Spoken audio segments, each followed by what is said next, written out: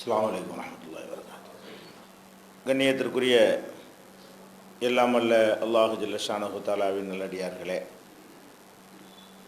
மனிதர்கள் வணக்க வழிபாடுகளில் கவனம் செலுத்துவது போலவே சொந்த பந்தங்களை அனுசரிப்பதிலும் அவர்களை கவனிப்பதிலும் கூடுதலாக கவனம் செலுத்த வேண்டும் என்பது தொடர்பாக பொதுவான சில செய்திகளை நாம் கடந்த சில வாரங்களாக பார்த்து வருகிறோம். இந்த சொந்த பந்தங்களை கவனிப்பதிலே குறிப்பாகவும் எந்தெந்த சொந்தக்காரர்களுக்கு எந்தெந்த முறையில் முக்கியத்துவம் கொடுக்க வேண்டும் என்பதையும் இஸ்லாம் நமக்கு தெள்ளத் தெளிவாக சொல்லி காட்டுகிறது. முதலாவதாக ஒரு மனிதன் சொந்தம் என்ற முறையில், உறவு என்ற முறையில் ஒருவரை கவனிக்க கடமைப்பட்டிருக்கிறான் என்று சொன்னால் அது அவனுடைய பெற்றோர்கள் தான். பெற்றோர்களை கவனிப்பதை பற்றி இஸ்லாம் வலியுறுத்துகிற அளவுக்கு வேறு எந்த மார்க்கமும் வலியுறுத்தி இருக்க முடியாது. அதே மாதிரி மனிதர்களை பற்றி பேசும் பொழுது பெற்றோரை வலியுறுத்தி பேசுகிற அளவுக்கு இஸ்லாம் வேறு யாரை பற்றியும் பேசியது கிடையாது. எந்த அளவுக்கு அல்லாஹ் திருமறை குர்ஆனில் சொல்லி காட்டுகிறான் என்று சொன்னால், அல்லாவை வணங்குங்கள், அல்லாவுக்கு இணை கற்பிக்காதீர்கள் என்று சொல்லும் பொழுதெல்லாம் அதோடு சேர்த்து பெற்றோர்களை ஒழுங்காக கவனிச்சுக்கிறங்க. உஅபுதுல்லாஹ், அல்லாஹ்வை வணங்குங்கள். வலா துஷ்ரிகு பிஹி ஷையா, அவனுக்கு நீங்கள் எதையும் இணையாக்கி விடாதீர்கள். வபில் வாலிதைன் இஹ்சானா, பெற்றோர்களை அழகான முறையில் கவனித்துக் கொள்ளுங்கள். அல்லாஹ் தன்னை வணங்க சொல்லும் பொழுது இணை கற்பித்து விடாதீர்கள் என்று சொல்லும் பொழுது ரெண்டாவதா என்ன சொல்றான்? பெற்றோரை, உங்கள் தாய் தந்தையரை நீங்கள் ஒழுங்காக கவனித்துக் கொள்ளுங்கள். இப்படி அல்லாஹ் கட்டளை இடுகிறான். அதே மாதிரி குல் தஆலவ் அத்துலுமா ஹர்ரம ரப்புக்கும் அலைக்கும், உங்கள் இறைவன் உங்களுக்கு எதை ஹராமாக்கி இருக்கிறான் என்பதை நான் உங்களுக்கு சொல்லட்டுமா? அல்லாஹ் நிறைய விஷயங்களை ஹராமாக்கி இருக்கிறான், நிறைய விஷயங்களை நமக்கு தடை செய்திருக்கிறான். அதில் ரொம்ப பொறுக்கி எடுத்து பிரதானமான ஒரு முக்கியமான விஷயத்தை சொல்லட்டுமா என்று நபிகள் நாயகம் ஸல்லல்லாஹு அலைஹி வஸல்லம் அவர்கள் மூலமாக கேட்க செய்து, அது என்னவென்று சொன்னால், அல்லாஹ் துஷ்ரிகு பிஹி ஷையா வபில் வாலிதைனி இஹ்சானா, நீங்கள் அவனுக்கு இணை கற்பிக்காமல் இருக்க வேண்டும், பெற்றோர்களை நல்ல முறையில் கவனிக்க வேண்டும். இதை மீறுவதுதான் அல்லாஹ் தடை செய்தது. அல்லாஹ் உங்களுக்கு ஹராமாக்கின பட்டியலை போடும் பொழுது அல்லாஹ் முதல் இடத்துல எதை வைக்கிறான்?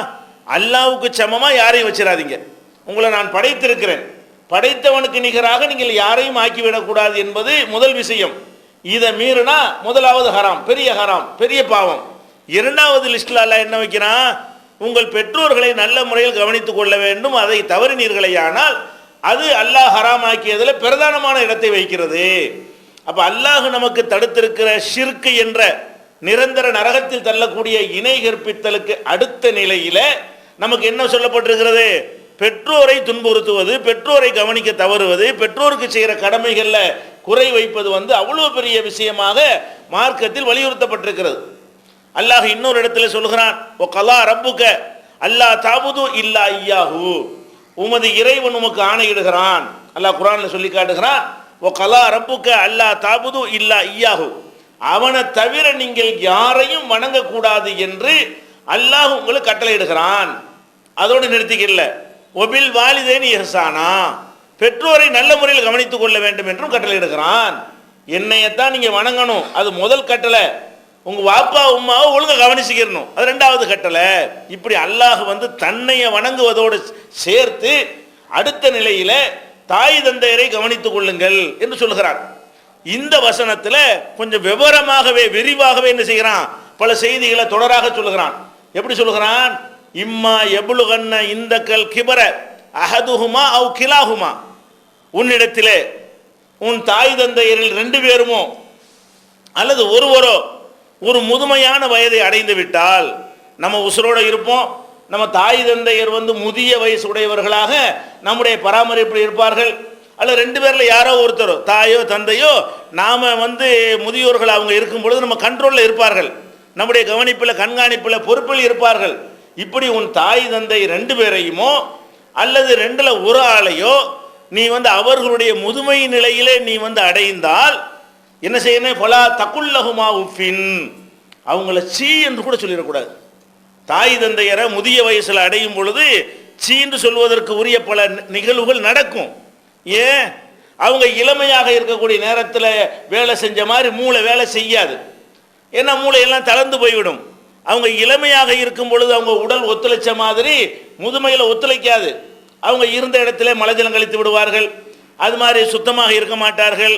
அந்த காலத்து ஜெனரேஷன் கேப், அந்த தலைமுறை இடைவெளியின் காரணமாக அந்த காலத்து சிந்தனையில் உட்கார்ந்து கொண்டு துணை என்று என்ன செய்வார்கள், பேசி கொண்டிருப்பார்கள். நமக்கு ஒரு அறிவுரை சொல்லி கொண்டிருப்பார்கள். எரிச்சலாக இருக்கும். அவங்க காலத்தை விட்டு கடந்து வேறு காலம் போய் கொண்டிருக்கிறது. இதெல்லாம் விளங்குற அளவுக்கு மூளை என்ன செய்யாது, அவங்களுக்கு வேலை செய்யாது. எப்போ பார்த்தாலும் எதையாவது குறை சொல்லிக்கிட்டு இருப்பார்கள். அல்லது அவங்களுடைய செயல்கள் நமக்கு வெறுப்பேற்றக்கூடிய வகையில் இருக்கும். இப்போவெல்லாம் ஒரு மனுஷனுக்கு என்ன தோணும், ஏன் இந்த கிழமை இந்த மாதிரி பண்ணுறான், ஏன் இந்த கிழமை இந்த மாதிரி இப்படி தோணும், எல்லாருக்கும் தோணும். அதுதான் அல்லாஹ் சொல்கிறான், முதிய வயதை அடைந்து விட்டார்கள் என்று சொன்னால் ஃபலா தகுல்லஹுமா உஃபின், ரெண்டு பேரை பற்றியும் சீ என்று கூட என்ன செய்யக்கூடாது, நீ சொல்லிவிடக்கூடாது. ஒலா தன்ஹர்ஹுமா, அவங்கள விரட்டி விடக்கூடாது. ஒ குல்லஹுமா கவுலன் கரீமா, அந்த ரெண்டு பேரிடத்திலையும் மரியாதையான சொல்லைத்தான் சொல்லணும். தாயை வாங்குறான், போங்கிறான், போடிங்கிறான், வாடிங்கிறான், தகப்பனையே போடாங்கிற இதெல்லாம் நம்ம பார்க்குறோம். வயசான காலத்தில் வந்து இவன் என்னைக்கு செத்து தொலைவான், இவன் கிழமை எப்போ போவான், இப்படி எல்லாம் சொல்லக்கூடிய பெற்றோர்கள்லாம் பிள்ளைகள்லாம் இருக்கிறார்கள். அல்லாஹ் என்ன செய்கிறான், அந்த மாதிரி நீங்கள் செய்து விடாதீர்கள். சீன்னு கூட சொல்லக்கூடாது, விரட்டிடக்கூடாது. ஓ குல்லகுமா கவுலன் கரீமா, அவங்க ரெண்டு பேர் இடத்துலையும் மரியாதையாக தான் பேசணும். தாய் தந்தையிட்ட பேசுகிறதா இருந்தால் எவ்வளவு கோபம் வந்தாலும் எவ்வளவு ஆத்திரப்படுற விதத்தில் நடந்தாலும் அவங்க அப்படி தான் இருப்பாங்க, அந்த வயசுக்கு அப்படி தான் இருப்பார்கள் என்று புரிந்து கொண்டு சகித்து கொண்டு என்ன செய்யணும், கண்ணியமாக பேச வேண்டும். இன்னும் அல்லாஹ் தொடர்ந்து சொல்றான், வஹ்பில் லஹுமா ஜனாஹ துல்லி மினர் ரஹ்மா, அந்த ரெண்டு பேரிடத்தில் பணிவு என்னும் சிறகை தாழ்த்து. ஒரு சிறகு உனக்கு ரெக்க முளைச்சிருச்சு, ரெக்க முளைக்கிற வரைக்கும் அவங்க உனக்கு தேவைப்பட்டுச்சு, உனக்கு நடக்க தெரியாது, அவங்க தான் தூக்கிட்டு உடனே நடப்பாங்க. உனக்கு மலைஜலம் கழிச்சால் கழுவ தெரியாது, சாப்பிட கூட தெரியாது, தண்ணி கூட உனக்கு குடிக்க தெரியாது, பேசக்கூட தெரியாது. இது மாதிரிலாம் இருக்கிற நேரத்தில் ரெக்க முளைக்காம இருந்த அப்போ என்ன செஞ்சாங்க, உனக்கு ரெக்கையாக இருந்து எல்லாமும் கவனித்தார்கள். இப்போ இந்த ரெக்க முளைச்ச பிறகு எனக்கு கை இருக்குது, எனக்கு உடம்புல சக்தி இருக்கிறது, எனக்கு பேச முடிகிறது, தகப்பனை கூட எனக்கு அடிக்க முடியும், தாயை கூட வெளியேற்ற முடியும், என்கிட்ட பணம் இருக்கிறது, இதெல்லாம் ரெக்க முளைக்கிறது. இந்த ரெக்கைகளை அந்த ரெண்டு பேரும் தாழ்த்தி விடு. தாய் தந்தைன்னு வந்துருச்சுன்னா என்ன செய்யணும், நமக்கு முடியுதுன்னு பார்க்கக்கூடாது. இது நம்மை பெற்ற தாய், இவர் நம்மளை பெற்ற தகப்பன், இந்த ரெண்டு பேருக்கு மத்திய முன்னிலையில் பணிந்து விட வேண்டியதுதான். அவங்க சொன்னாங்களா, மார்க்க சம்பந்தம் இல்லாத விஷயங்கள்ல, மார்க்கத்துக்கு முரணான இது சொல்லாத விஷயங்கள்ல எதையாவது சொல்வார்களே, ஆனால் நீங்க சொன்னா கேட்குறேன், பாப்பா சொன்னா கேட்குறேன், அம்மா சொன்னா கேட்குறேன்னு என்ன செய்யணும், அப்படியே பணிந்து விட வேண்டும். மார்க்கத்துக்கு விரோதமானது சொன்னா மட்டும்தான் அதுல வந்து நம்ம மீறணும். அல்லாஹ் பெரியவன், அல்லாஹ் ஃபர்ஸ்ட் அவனை முதல் இடத்துல வைத்து விட்டான். அல்லாஹ் சம்பந்தப்பட்ட மார்க்க சம்பந்தப்படாத எந்த மேற்று வந்தாலும் சரிதான், அவங்க ரெண்டு பேர் இடத்துல நீங்க என்ன செய்யணும், பணிவை காட்ட வேண்டும். வஹ்பில் லஹுமா ஜனாஹ துல்லி மினர் ரஹ்மா, அந்த பணிவு கூட வேண்டா வெறுப்பா இருக்கக்கூடாது. மினர் ரஹ்மா, அந்த அன்புனால இரக்கத்தினால உனக்கு அது வரணும். உன்னை பெற்ற தாய், உன்னை பெற்ற தந்தை என்று சொல்லி அன்போடு கூடிய ஒரு பணிவை என்ன செய்யணும், காட்ட வேண்டும். வகுர் ரப்பிர் ஹம்ஹுமா கமா ரப்பயானி சகீரா, நான் சிறுவனாக இருக்கும் பொழுது என் மீது எப்படி இந்த ரெண்டு பேரும் அன்பு செலுத்தி வளர்த்தார்களோ அந்த மாதிரி இறைவா அவங்களையும் நீ வளர்ப்பாயாக. நம்ம எப்படி துவா செய்யணுமா, பெற்றோர்கள் வந்து நாம சிறுவர்களாக இருக்கும்போது நம்மளை எப்படி வளர்த்தாங்க அது நமக்கு தெரியாமல் இருக்கலாம். நம்ம சின்ன பிள்ளையா இருக்கும்போது நம்ம தாய் தந்தையர் வளர்த்து நமக்கு தெரியுமா, தெரியாது. உங்க பிள்ளைய வளர்க்குறீங்கல்ல, அப்ப தெரியும் இப்படி தான் வளர்த்துருப்பாங்கன்னு. உங்க பிள்ளைகளை தூக்கி நீங்கள் வளர்க்கும் பொழுது என்ன தெரியணும், நம்ம பிள்ளைகள் நம்ம இப்படி வளர்க்குறோமே, இந்த மாதிரி தான் நம்மளும் இருந்திருப்போம், நம்ம இருந்த மாதிரி தான் நம்ம தாய் தந்தை இருந்திருப்பாங்க, அவங்க இவ்வளோ கஷ்டப்பட்டிருப்பாங்களா இல்லையா. அந்த குழந்தைகளை எப்படி வளர்க்குறீங்க பாருங்க. உங்க குழந்தைகள்னு சொன்ன உடனே எல்லாத்தையும் சகிச்சுக்கிறீங்களா இல்லையா, திட்டுனாலும் சகிச்சுக்கிறீங்க, மழை ஜலம் கழிச்சாலும் சகிச்சுக்கிறீங்க, ஆமாம் நம்ம ட்ரெஸ் எல்லாம் நாசமாக்கினாலும் சகிச்சுக்கிறீங்க, எவ்வளோ சேட்டை பண்ணாலும் பொருள்களை ₹1,00,000 பொருளை போட்டு உடைச்சா கூட என்ன செஞ்சுக்கிறீங்க, நம்ம பிள்ளை என்று சகித்துக் கொள்கிறீர்கள். அப்போ அந்த குழந்தை என்பது இப்படித்தான் இருக்கும் அப்படின்னு சொல்லி நம்ம எல்லாத்தையும் சகித்துக் கொள்கிறோம். அந்த குழந்தை நன்றாக இருக்க வேண்டும் என்பதற்காக ஒரு தாய் தூக்கத்தை தியாகம் பண்ணுகிறாள். நினைச்சபடி தூங்க முடிய மாட்டேங்கிறது, நினைச்சபடி படுத்து உறங்க முடியலை, நினைச்சபடி சாப்பிட முடியவில்லை, நிம்மதியாக இருக்க முடியவில்லை என்று ஒரு தாய் படக்கூடிய கஷ்டத்தை எல்லாம் நீங்கள் கண் முன்னாடி பார்க்குறீங்க. அதோடு நிறுத்திக்கிறாம இப்படி நீங்க இருந்தீங்களா இல்லையா? இதே மாதிரி குழந்தையாக நீங்கள் இருக்கும் பொழுது உங்க தாயும் தந்தையும் இப்படித்தானே உங்களை வளர்த்திருப்பார்கள், இப்படித்தானே அன்பு செலுத்தியிருப்பார்கள். இப்படிலாம் செலுத்தினால ரெக்கமெண்ட் இருக்கிறது, அதனால உனக்கு பேச முடிகிறது, உனக்கு சக்தி இருக்கிறது. இப்படியெல்லாம் நினைத்து பார்க்கணும். நம்ம தகப்பன் நம்ம நல்லா இருக்கிறதுக்காக வேண்டி அவன் மனைவியை விட்டு விட்டு குடும்பத்தை பிரிந்து விட்டு பல ஆண்டுகள் வெளிநாடுகளில் போய் நம்ம பிள்ளைய படிக்க வைக்கணும், நம்ம பிள்ளைய வசதியாக்கணும், நம்ம பிள்ளைகளுக்கு சொத்து சேர்க்கணும், நம்ம தலைமுறை வாழணும், அவங்க சந்தோஷமா இருக்கணும். இதுக்கு தான் அப்படி கஷ்டப்படுறான். ஒரு தகப்பனா இருக்கக்கூடியவன் இந்த பிள்ளைகள் நன்றாக இருப்பதற்காகத்தான் அவ்வளோ பாடுபடுகிறான். அப்போ இதையெல்லாம் நினைச்சு பார்க்கணும். நம்ம இன்னைக்கு இந்த நிலையில் இருப்பதற்கு நம்ம தகப்பன் எந்த அளவு காரணம், நம்ம தாய் எந்த அளவு காரணம், அவங்க காரணம் இல்லாமல் இப்படி இருக்க முடியுமா என்று இதையெல்லாம் நினைத்து பார்த்து என்ன செய்யணும்? பணிவை காட்டணும். இன்றைக்கு உலகம் இப்படி இருக்குதா? பெற்றோர்களை எந்த இடத்துல வச்சிருக்கிறாங்க? பெற்றோர்களுக்கு தாய்க்குன்னு ஒரு டேட்டை போட்டாங்க, அன்னையர் தினம்னு. முந்த நாள் வந்துச்சு இல்லையா அன்னையர் தினமா? அந்த ஒரு நாளைக்கு மட்டும் என்ன செய்யறது? அம்மாண்டு போய் அம்மாவை கவனிக்கிறது, வாழ்த்தட்டு அனுப்புறது. அன்னையரை கொண்டாடுற லட்சணத்தை பாருங்க. அன்னையர் தினம் 365 நாள் அன்னையர் தினம் தான். ஒரு முஸ்லிமை பொறுத்த வரைக்கும் 365 நாளும் அவன் அன்னையை சார்ந்தவனாக இருக்க வேண்டும், அன்னையை கவனிக்கக்கூடியவனாக இருக்க வேண்டும். அன்னையர் தினம் என்று வாழ்த்தட்டை அனுப்புவதும், அன்றைய தினத்தில் போய் ஒரு ட்ரெஸ் எடுத்து கொடுப்பதும், மற்ற நேரத்தில் முதியோர் இல்லத்தில் கொண்டு சேர்த்து விடுவதும், காசு இருக்கிறது என்ற காரணத்திற்காக வேண்டி முதியோர் இல்லத்தில் கொண்டு என்ன செய்யறான்? பணத்தை கட்டி சேர்த்துறான். சில பேர் இவன் தான் தாய் தந்தையரை கவனிக்கிறதுல உச்சகட்டமாக கருதப்படுகிறான். சில பேர் தெருவில் விட்டுறான். சில பேர் என்ன செய்யறான்? வசதி இருந்தும் கூட அந்த தாய் தந்தையரை கவனிக்காம வீட்டை விட்டு விரட்டி அனுப்புகிறான். அவங்க எப்படி சம்பாதிப்பாங்க? அவங்க எப்படி வாழ்வாங்க? எங்க ஒதுங்குவாங்க? நம்மளை விட்டு அவங்களுக்கு யார் இருக்கிறா என்று கூட நினைக்காமல் இப்படி பெற்றோர்களை விரட்டக்கூடிய காட்சியெல்லாம் பார்க்கிறோம். அதுக்கு தான் அல்லாஹ் என்ன சொல்றான்? இந்த மாதிரி நீங்க நடத்துறாதீங்க, அன்பு சொல்லுங்க. தாய் மேல அவ்வளவு உள்ளத்தில் என்ன செய்யணும்? நினைச்சு நினைச்சு பார்க்கணும். ஒரு மனுஷன் என்ன செய்யணும்? தன்னுடைய குழந்தைகளை வளர்க்கக்கூடிய நேரத்தில் அவன் தன்னை குழந்தையாக பாவித்து, நம்முடைய பெற்றோர்கள் இதே மாதிரி தானே இருந்திருப்பார்கள், இவ்வளவு சேட்டையும் நம்மளும் பண்ணியிருப்போமா இல்லையா? இவ்வளவு சேட்டைகளை நம்ம சகிக்கிற மாதிரி பெற்றோர் சகித்திருப்பாங்களா இல்லையா? ஏன் அவங்க மலைஜலம் கழிச்சா ஏன் சகிக்க கூடாது? அவங்க தொண்ணு பேசினா ஏன் சகிக்க கூடாது? அவங்க நம்மளை திட்டுனா ஏன் சகிக்க கூடாது? அவங்க நம்ம விரும்புகிறபடி அவங்க நடக்காவிட்டால் நம்ம ஏன் அதை சகித்து கொள்ளக்கூடாது? இன்னும் சொல்ல போனால் அவங்க ஒரு குழந்தை தான். பெற்றோர்களை பொறுத்த வரைக்கும் முதுமையை அடைந்து விட்டால் அவங்க என்ன நிலைமை நீங்க விளங்கி கொள்ள வேண்டும். உங்களுக்கு கோபம் வர்ற மாதிரி தான் இருக்கும். ஏன் அப்படி இருக்கிறது? உங்களை மாதிரி அவங்களையும் நினைச்சிட்டு பார்க்குறீங்க. பெற்றோர்களை, முதிய வயது உள்ள பெற்றோர்களை உங்களுடைய நிலையில் வைத்து நீங்கள் பார்க்கிறீர்கள். ஆனால் அல்லாஹ் என்ன செய்யறான் தெரியுமா? மின்கும் மை யுரத்து இலா ஆறுதலில் உமரி, உங்களிலே தள்ளாத வயதிற்கு பல பேர் கொண்டு செல்லப்படுகிறார்கள். ஏன் தள்ளாத வயது கொண்டு செல்லப்படுகிறார்கள் என்று தெரியுமா? லி கைலா யாலம மிம்பாதி இல்மின் செய்யா, தெரிந்திருக்கிற விஷயங்களை எல்லாம் தெரியாமல் போவதற்கு தான். நல்ல விவரமா இருந்திருப்பாரு, அதுக்கப்புறம் தள்ளாத வயசு வந்து என்ன, ஒரு கண்ணாடியை கழட்டி எங்க வச்சேன்னு தெரியாது, பேனாவை எங்க வச்சேன்னு தெரியாது, அந்த அளவுக்கு மறதி ஆகி போயிடும். அப்ப எந்த மாதிரி ஆயிடுறாரு? விவரமுள்ள பெரிய ஜீனியஸ் என்று பெயர் எடுத்தவராக இருந்தாலும் சரிதான், தள்ளாத வயசுக்கு வந்துட்டார் என்று சொன்னால் தெரிந்ததெல்லாம் தெரியாமல் போய்விடும். அப்படின்னா என்ன அர்த்தம்? குழந்தையாயிட்டார்.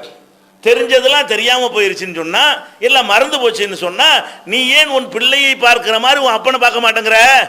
உன் பிள்ளை தெரியாத பிள்ளைங்கிறதுனால தானே அது என்ன செஞ்சாலும் சகிச்சுக்கிற. அதுக்கு ஒன்றும் புரியாது, புத்தி இல்லை, அறிவு இல்லை என்பதற்காக தானே சகிச்சுக்கிற. அப்படித்தானே இவங்களும் ஆயிட்டாங்க. அப்ப அல்லாஹ்வே என்ன சொல்லி காட்டுறான்னு கேட்டா, தள்ளாத வயசு அதிகரிக்க அதிகரிக்க மனிதனுடைய உடல் பலவீனம் அடைகிற மாதிரி அவனுடைய மூளையும் சிந்தனை திறனும் பலவீனம் அடைந்து விடும். ஒரு குழந்தை நிலைக்கு ஆளாகி விடுவான்.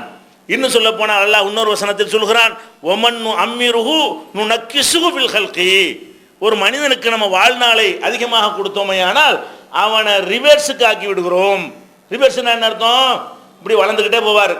இப்படி வளர்ந்துக்கிட்டே போய் 30 வயசு வரைக்கும் 40 வயசு வரைக்கும் கொஞ்சம் வளருவார். 40க்கு பிறகு என்ன ஆயிரும்? அப்படி இறங்குவார், இறங்கு முகம். இப்படி ஏறு முகமாக ஒரு கட்டத்துக்கு போவார். அப்புறம் என்ன ஆயிரும்? இறங்கு முகமாக ஆகி கடைசியில் அந்த குழந்தையா இருக்கும்போது நடக்க முடியாமல் கிடந்தார், அப்படி வந்துடுவார்.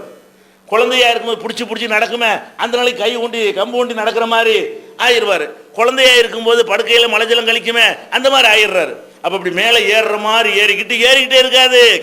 எந்த ஒரு மனிதனாக இருந்தாலும் 40 வரைக்கும் ஏறுவீங்க, அப்புறம் ஒரு 25 வருஷம் இறங்கு முகம்தான். இன்னொரு 40 வருஷம் இருந்தால் டோட்டலாக என்னவாயிரும்? எல்லாம் போய்விடும். அப்போ நம்ம என்ன பார்க்கணும்? நம்ம பெற்றோர்கள் இவ்வளவும் செய்திருக்கிறார்கள், ஆனாலும் இதையெல்லாம் மீறி நமக்கு ஏன் கோபம் வருதுன்னு கேட்டால் அவங்க நடவடிக்கை அப்படி இருக்கும். பெற்றோர்கள் நடவடிக்கை நம்ம பார்த்தோம்னு சொன்னால், நம்ம நிலையிலிருந்து பார்த்தோம்னு சொன்னால் கோவம் வர்ற மாதிரி தான் இருக்கும். அவங்க அவங்க நிலையிலிருந்து தான் பேசுவார்கள். அது மாதிரி இந்த கம்யூனிகேஷன் கேப் ஒன்று இருக்குது இல்லையா, வயசு, அவங்க காலத்தில் என்னென்ன பழக்க வழக்கங்களை பார்த்திருந்தார்களோ அதுக்கு மாற்றமாக உலகமெல்லாம் மாறிக்கொண்டிருக்கிறது, ஃபாஸ்ட்டாக போய் கொண்டிருக்கிறது. இதெல்லாம் அவங்களை ஏற்றுக்கொள்ள இயலாது. அப்போ நமக்கு நம்மளை வந்து அறிவுரைங்கிற பேரில் ஏதாவது போய் தொண்டை கடிச்சிக்கிட்டு இருப்பார்கள். அப்போல்லாம் என்ன பண்ணனே, இவங்க இப்படி தான் இருப்பாங்க, இந்த வயசுக்கு நம்மளை இப்படி தான் இருப்போம், நம்ம இப்படி இருக்கிறத வந்து தாய் இந்த விரட்டினா உங்கள் பிள்ளை உங்களை பார்த்துட்டு இருப்பான், நம்மளும் விரட்டணும் இதே மாதிரி, அப்படி தானே வரும். நம்ம வந்து தாய் தந்தையரை ஒழுங்காக கவனிக்கலை என்று சொன்னால் நம்ம பெத்த பிள்ளை நம்மளை பார்த்துட்டு இருப்பானா இல்லையா, அவன் என்ன கணக்கு பண்ணிடுவான், ஓ இந்த வயசான காலத்தில் தாய் தந்தையரை விரட்டி விட்டுருன்னு போல இருக்குது, அடிக்கணும் போல இருக்குது, சோறு கொடுக்கக்கூடாது போல இருக்குது, வராண்டாவில் அப்படி தானே பதிவு மனசில். இன்னைக்கு குழந்தைகள் வந்து என்ன, நம்ம ரோல் மாடல் நம்ம தான். எந்த ஒரு குழந்தையாக இருந்தாலும் அவங்க பள்ளிக்கூடத்தில் உள்ளவர்களையும் பெரிய பெரிய தலைவர்களையும் தங்களுக்கு வழிகாட்டியாக கருதுவதை விட தாயையும் தந்தையையும் தான் வழிகாட்டியாக கருதுகிறார்கள். தாய் தந்தையை பார்க்குறாங்க. எந்த மாதிரி வீடுகளில் பேசிக்கொள்ளப்படுதோ அது அப்படியே அவங்க உள்ளத்தில் என்ன செய்கிறது, தாக்கத்தை ஏற்படுத்துகிறது. அந்த தாக்கம் என்னவாக அதை கடைசியில் எதிரொலிக்கும். இப்போ தெரியாது, உங்களை அறியாமலே அந்த ப்ரோக்ராம் உள்ள பதிவாகி போய்விடும். தாய் தந்தையர் விரட்டி அடிக்கப்படணும், தாய் தந்தையர் டிஸ்டர்ப் பண்ணாங்கன்னா இந்த மாதிரி நம்ம தாத்தாவை இப்படி தானே போட்டிருந்தாங்க, இது மாதிரி நம்ம வாப்பாவை என்ன செஞ்சிடும் நம்மளும் போட்டு போடணும்னு உண்டாகி போயிடும். அப்போ நம்ம என்ன விளங்கணும், அந்த தாய் தந்தையர்கள் மீது நம்ம அன்பு செலுத்தினீர்கள் பழகினீர்களே, ஆனால் உங்கள் பிள்ளைகள் உங்கள் மேலே அன்பு செலுத்துவார்கள். உங்களுக்கு இந்த முதுமை வரத்தானே செய்யும். உங்கள் தாய் தந்தையருக்கு வந்த முதுமை உங்களுக்கு வராதா? உங்கள் தாய் தந்தையர் இன்னைக்கு இருக்கக்கூடிய அந்த மாதிரியான நிலைமையை நீங்கள் அடைய மாட்டீர்களா? எல்லாரும் அடைய தான் போகிறோம். அப்போ அல்லாஹ் வாழ்நாளை தந்தானே, ஆனால் நம்ம அனைவரும் அடைய இருக்கிறோம். அப்போ நம்ம என்ன பண்ணணும், பெற்றோர்களை கவனித்த சொந்த பந்தங்களை கவனிப்பதிலேயே ஃபர்ஸ்ட் எங்கே கொண்டு வைக்கணும், பெற்றோர்களை வைக்க வேண்டும். இன்னும் சொல்ல போனால் நபிகள் நாயகம் ஸல்லல்லாஹு அலைஹி வஸல்லம் சொன்னார்கள், ரஹிம அன்ஃபுன் ரஹிம அன்ஃபுன் ரஹிம அன்ஃபுன், ஒரு மனிதன் நாசமாக போகட்டும், மூக்கில் மண்படட்டும்ன்றதுக்கு அர்த்தம், அது நாசமாக போகிறதுக்கு சொல்கிற ஒரு வார்த்தை. இப்போ நபிகள் நாயகம் ஸல்லல்லாஹு அலைஹி வஸல்லம் செய்கிறாங்க, மல்யுத்தம் பண்ணுறாங்க இல்லையா, யுத்தம் பண்ணும்போது மூக்கில் மண்ணு பட்டு தோத்துனான்னு அர்த்தம், தோல்வியோட எட்டுங்கிறதுக்காக சொல்கிற வார்த்தை அது. அப்போ நபிகள் நாயகம் ஸல்லல்லாஹு அலைஹி வஸல்லம் சொல்கிறாங்க, ஒரு மனிதன் நாசமாக போகட்டும் 3 தடவை சொல்கிறாங்க, யாருன்னு சொல்லாமல் சஸ்பென்ஸாக சொல்கிறாங்க. அப்போ சஹாபாக்கள் கேட்குறாங்க, மன் யா ரசூலல்லாஹ், அல்லாஹ்வுடைய தூதர் யாரை சொல்றீங்க நீங்கள், நாசமாக போகட்டுன்ற யாரை பேரை சொல்லாமல் நாசமாக போகிறதுனா யார் என்று கேட்குறார்கள்.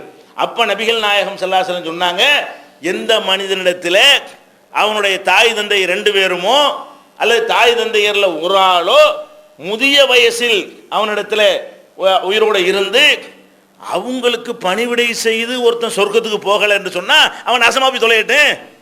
என்ன சொல்கிறாங்க, முதியவர்களாக பெற்றோர்கள் நமக்கு கிடைத்தால் அது ஒரு பெரிய பாக்கியம். எதுக்கு பாக்கியம், நம்ம சொர்க்கத்துக்கு போகிறதுக்கு உரிய வழி லேசாகி விட்டது. சொர்க்கத்துக்கு போகிற வாய்ப்பு எல்லாரும் கிடைக்குமா? அமல்களை கொண்டு சொர்க்கத்துக்கு போகிற ஒரு பக்கம் இருந்தாலும் நாம் சொர்க்கத்தை அடைவதாக இருந்தால் இந்த சான்ஸ் நல்ல சான்ஸ். என்ன சான்ஸு, நம்ம தாய் முதிய வயசில் நம்ம இடத்துல இருக்கிறார்கள், பங்கு வைக்கிறாங்க. 3 பிள்ளையை பெற்றாங்கன்னா நீ 1 மாதம் நீ வச்சுக்க, 1 மாதம் நான் வச்சுக்கிறேன், சோறு கொடுக்குற கணக்கு போடுறான் பாருங்க, நான் தான் வச்சுக்கிறேன்ல போட்டி போடணும். 3 பிள்ளையை பெற்றா அந்த தாய் என்ன செய்கிறாங்க, 1 மாதம் இங்கேயா, 1 மாதம் அங்கே, 1 மாதம் இங்கே, இந்த மாதிரி எல்லாம் பிப்ரவரி மாதம் 28 வர்றதுனால 2 நாள் கழிச்சுக்க அடுத்த மாதம் இப்படிலாம் சொல்லக்கூடியவங்களாம் இருக்கிறான்.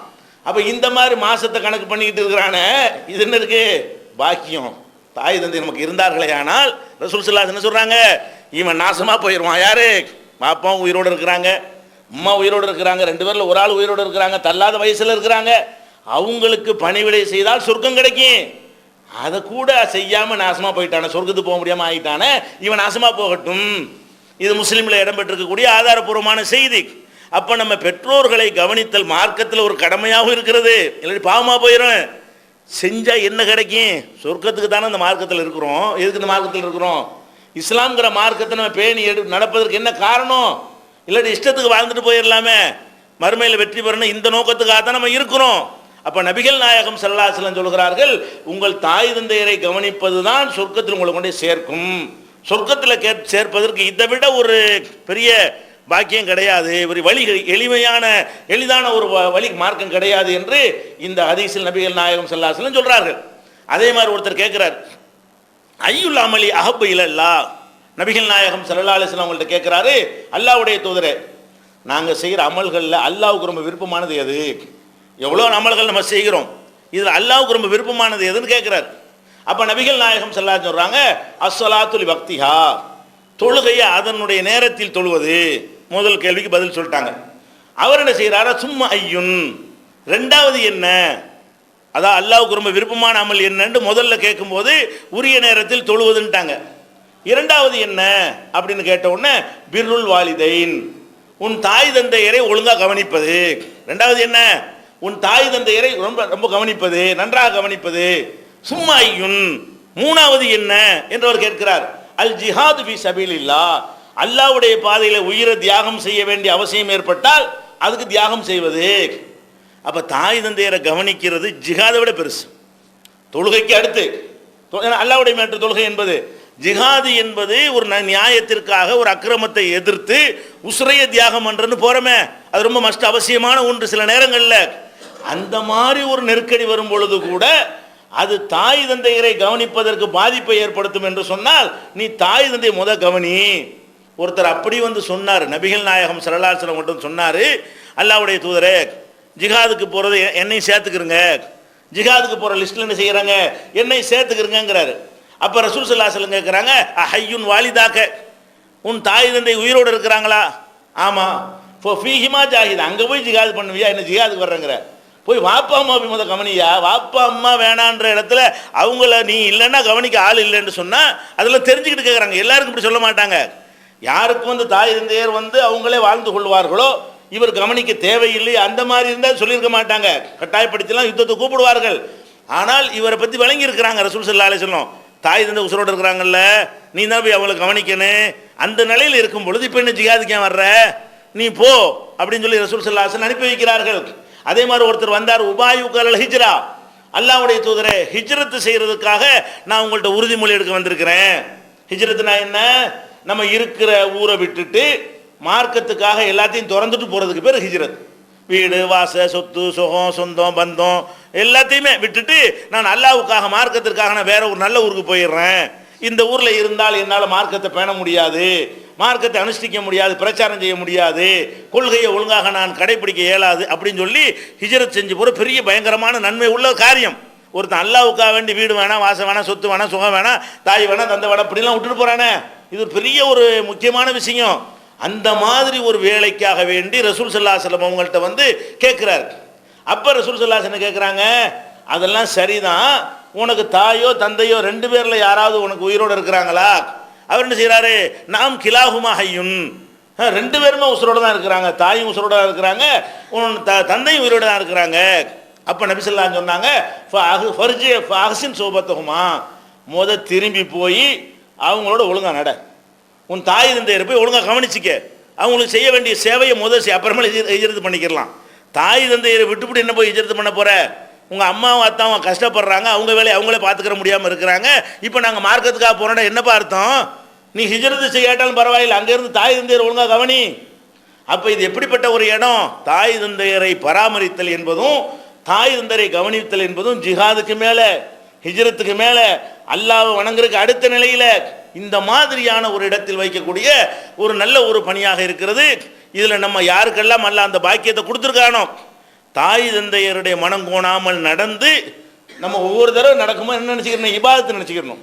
இதுக்கு அல்லாஹ்ட்ட கூலி இருக்குது, இந்த வாப்பா அப்படி செய்கிறார், அம்மா அப்படி சொல்கிறாங்களா, அதை சகித்து கொண்டு அவங்க சொல்ல கேட்டால் இதுக்கு அல்லாஹ் பதிவு வச்சிருக்கிறான், சொர்க்கத்தில் லிஸ்ட்டு போடுறான் என்று நினைத்து கொள்ள வேண்டும். இன்னும் தாய் தந்தையரை கவனிப்பது சம்பந்தமாக ஏராளமான விஷயங்கள் இருக்கிறது. இன்ஷா அல்லாஹ் அடுத்தடுத்த வாரம் பார்க்கணும். ஒவ்வொரு மனிதனும் தன்னுடைய தாய் தந்தையரை கவனிப்பதன் மூலமாக மறுமை வெற்றியை உறுதி செய்து கொள்கிறான்.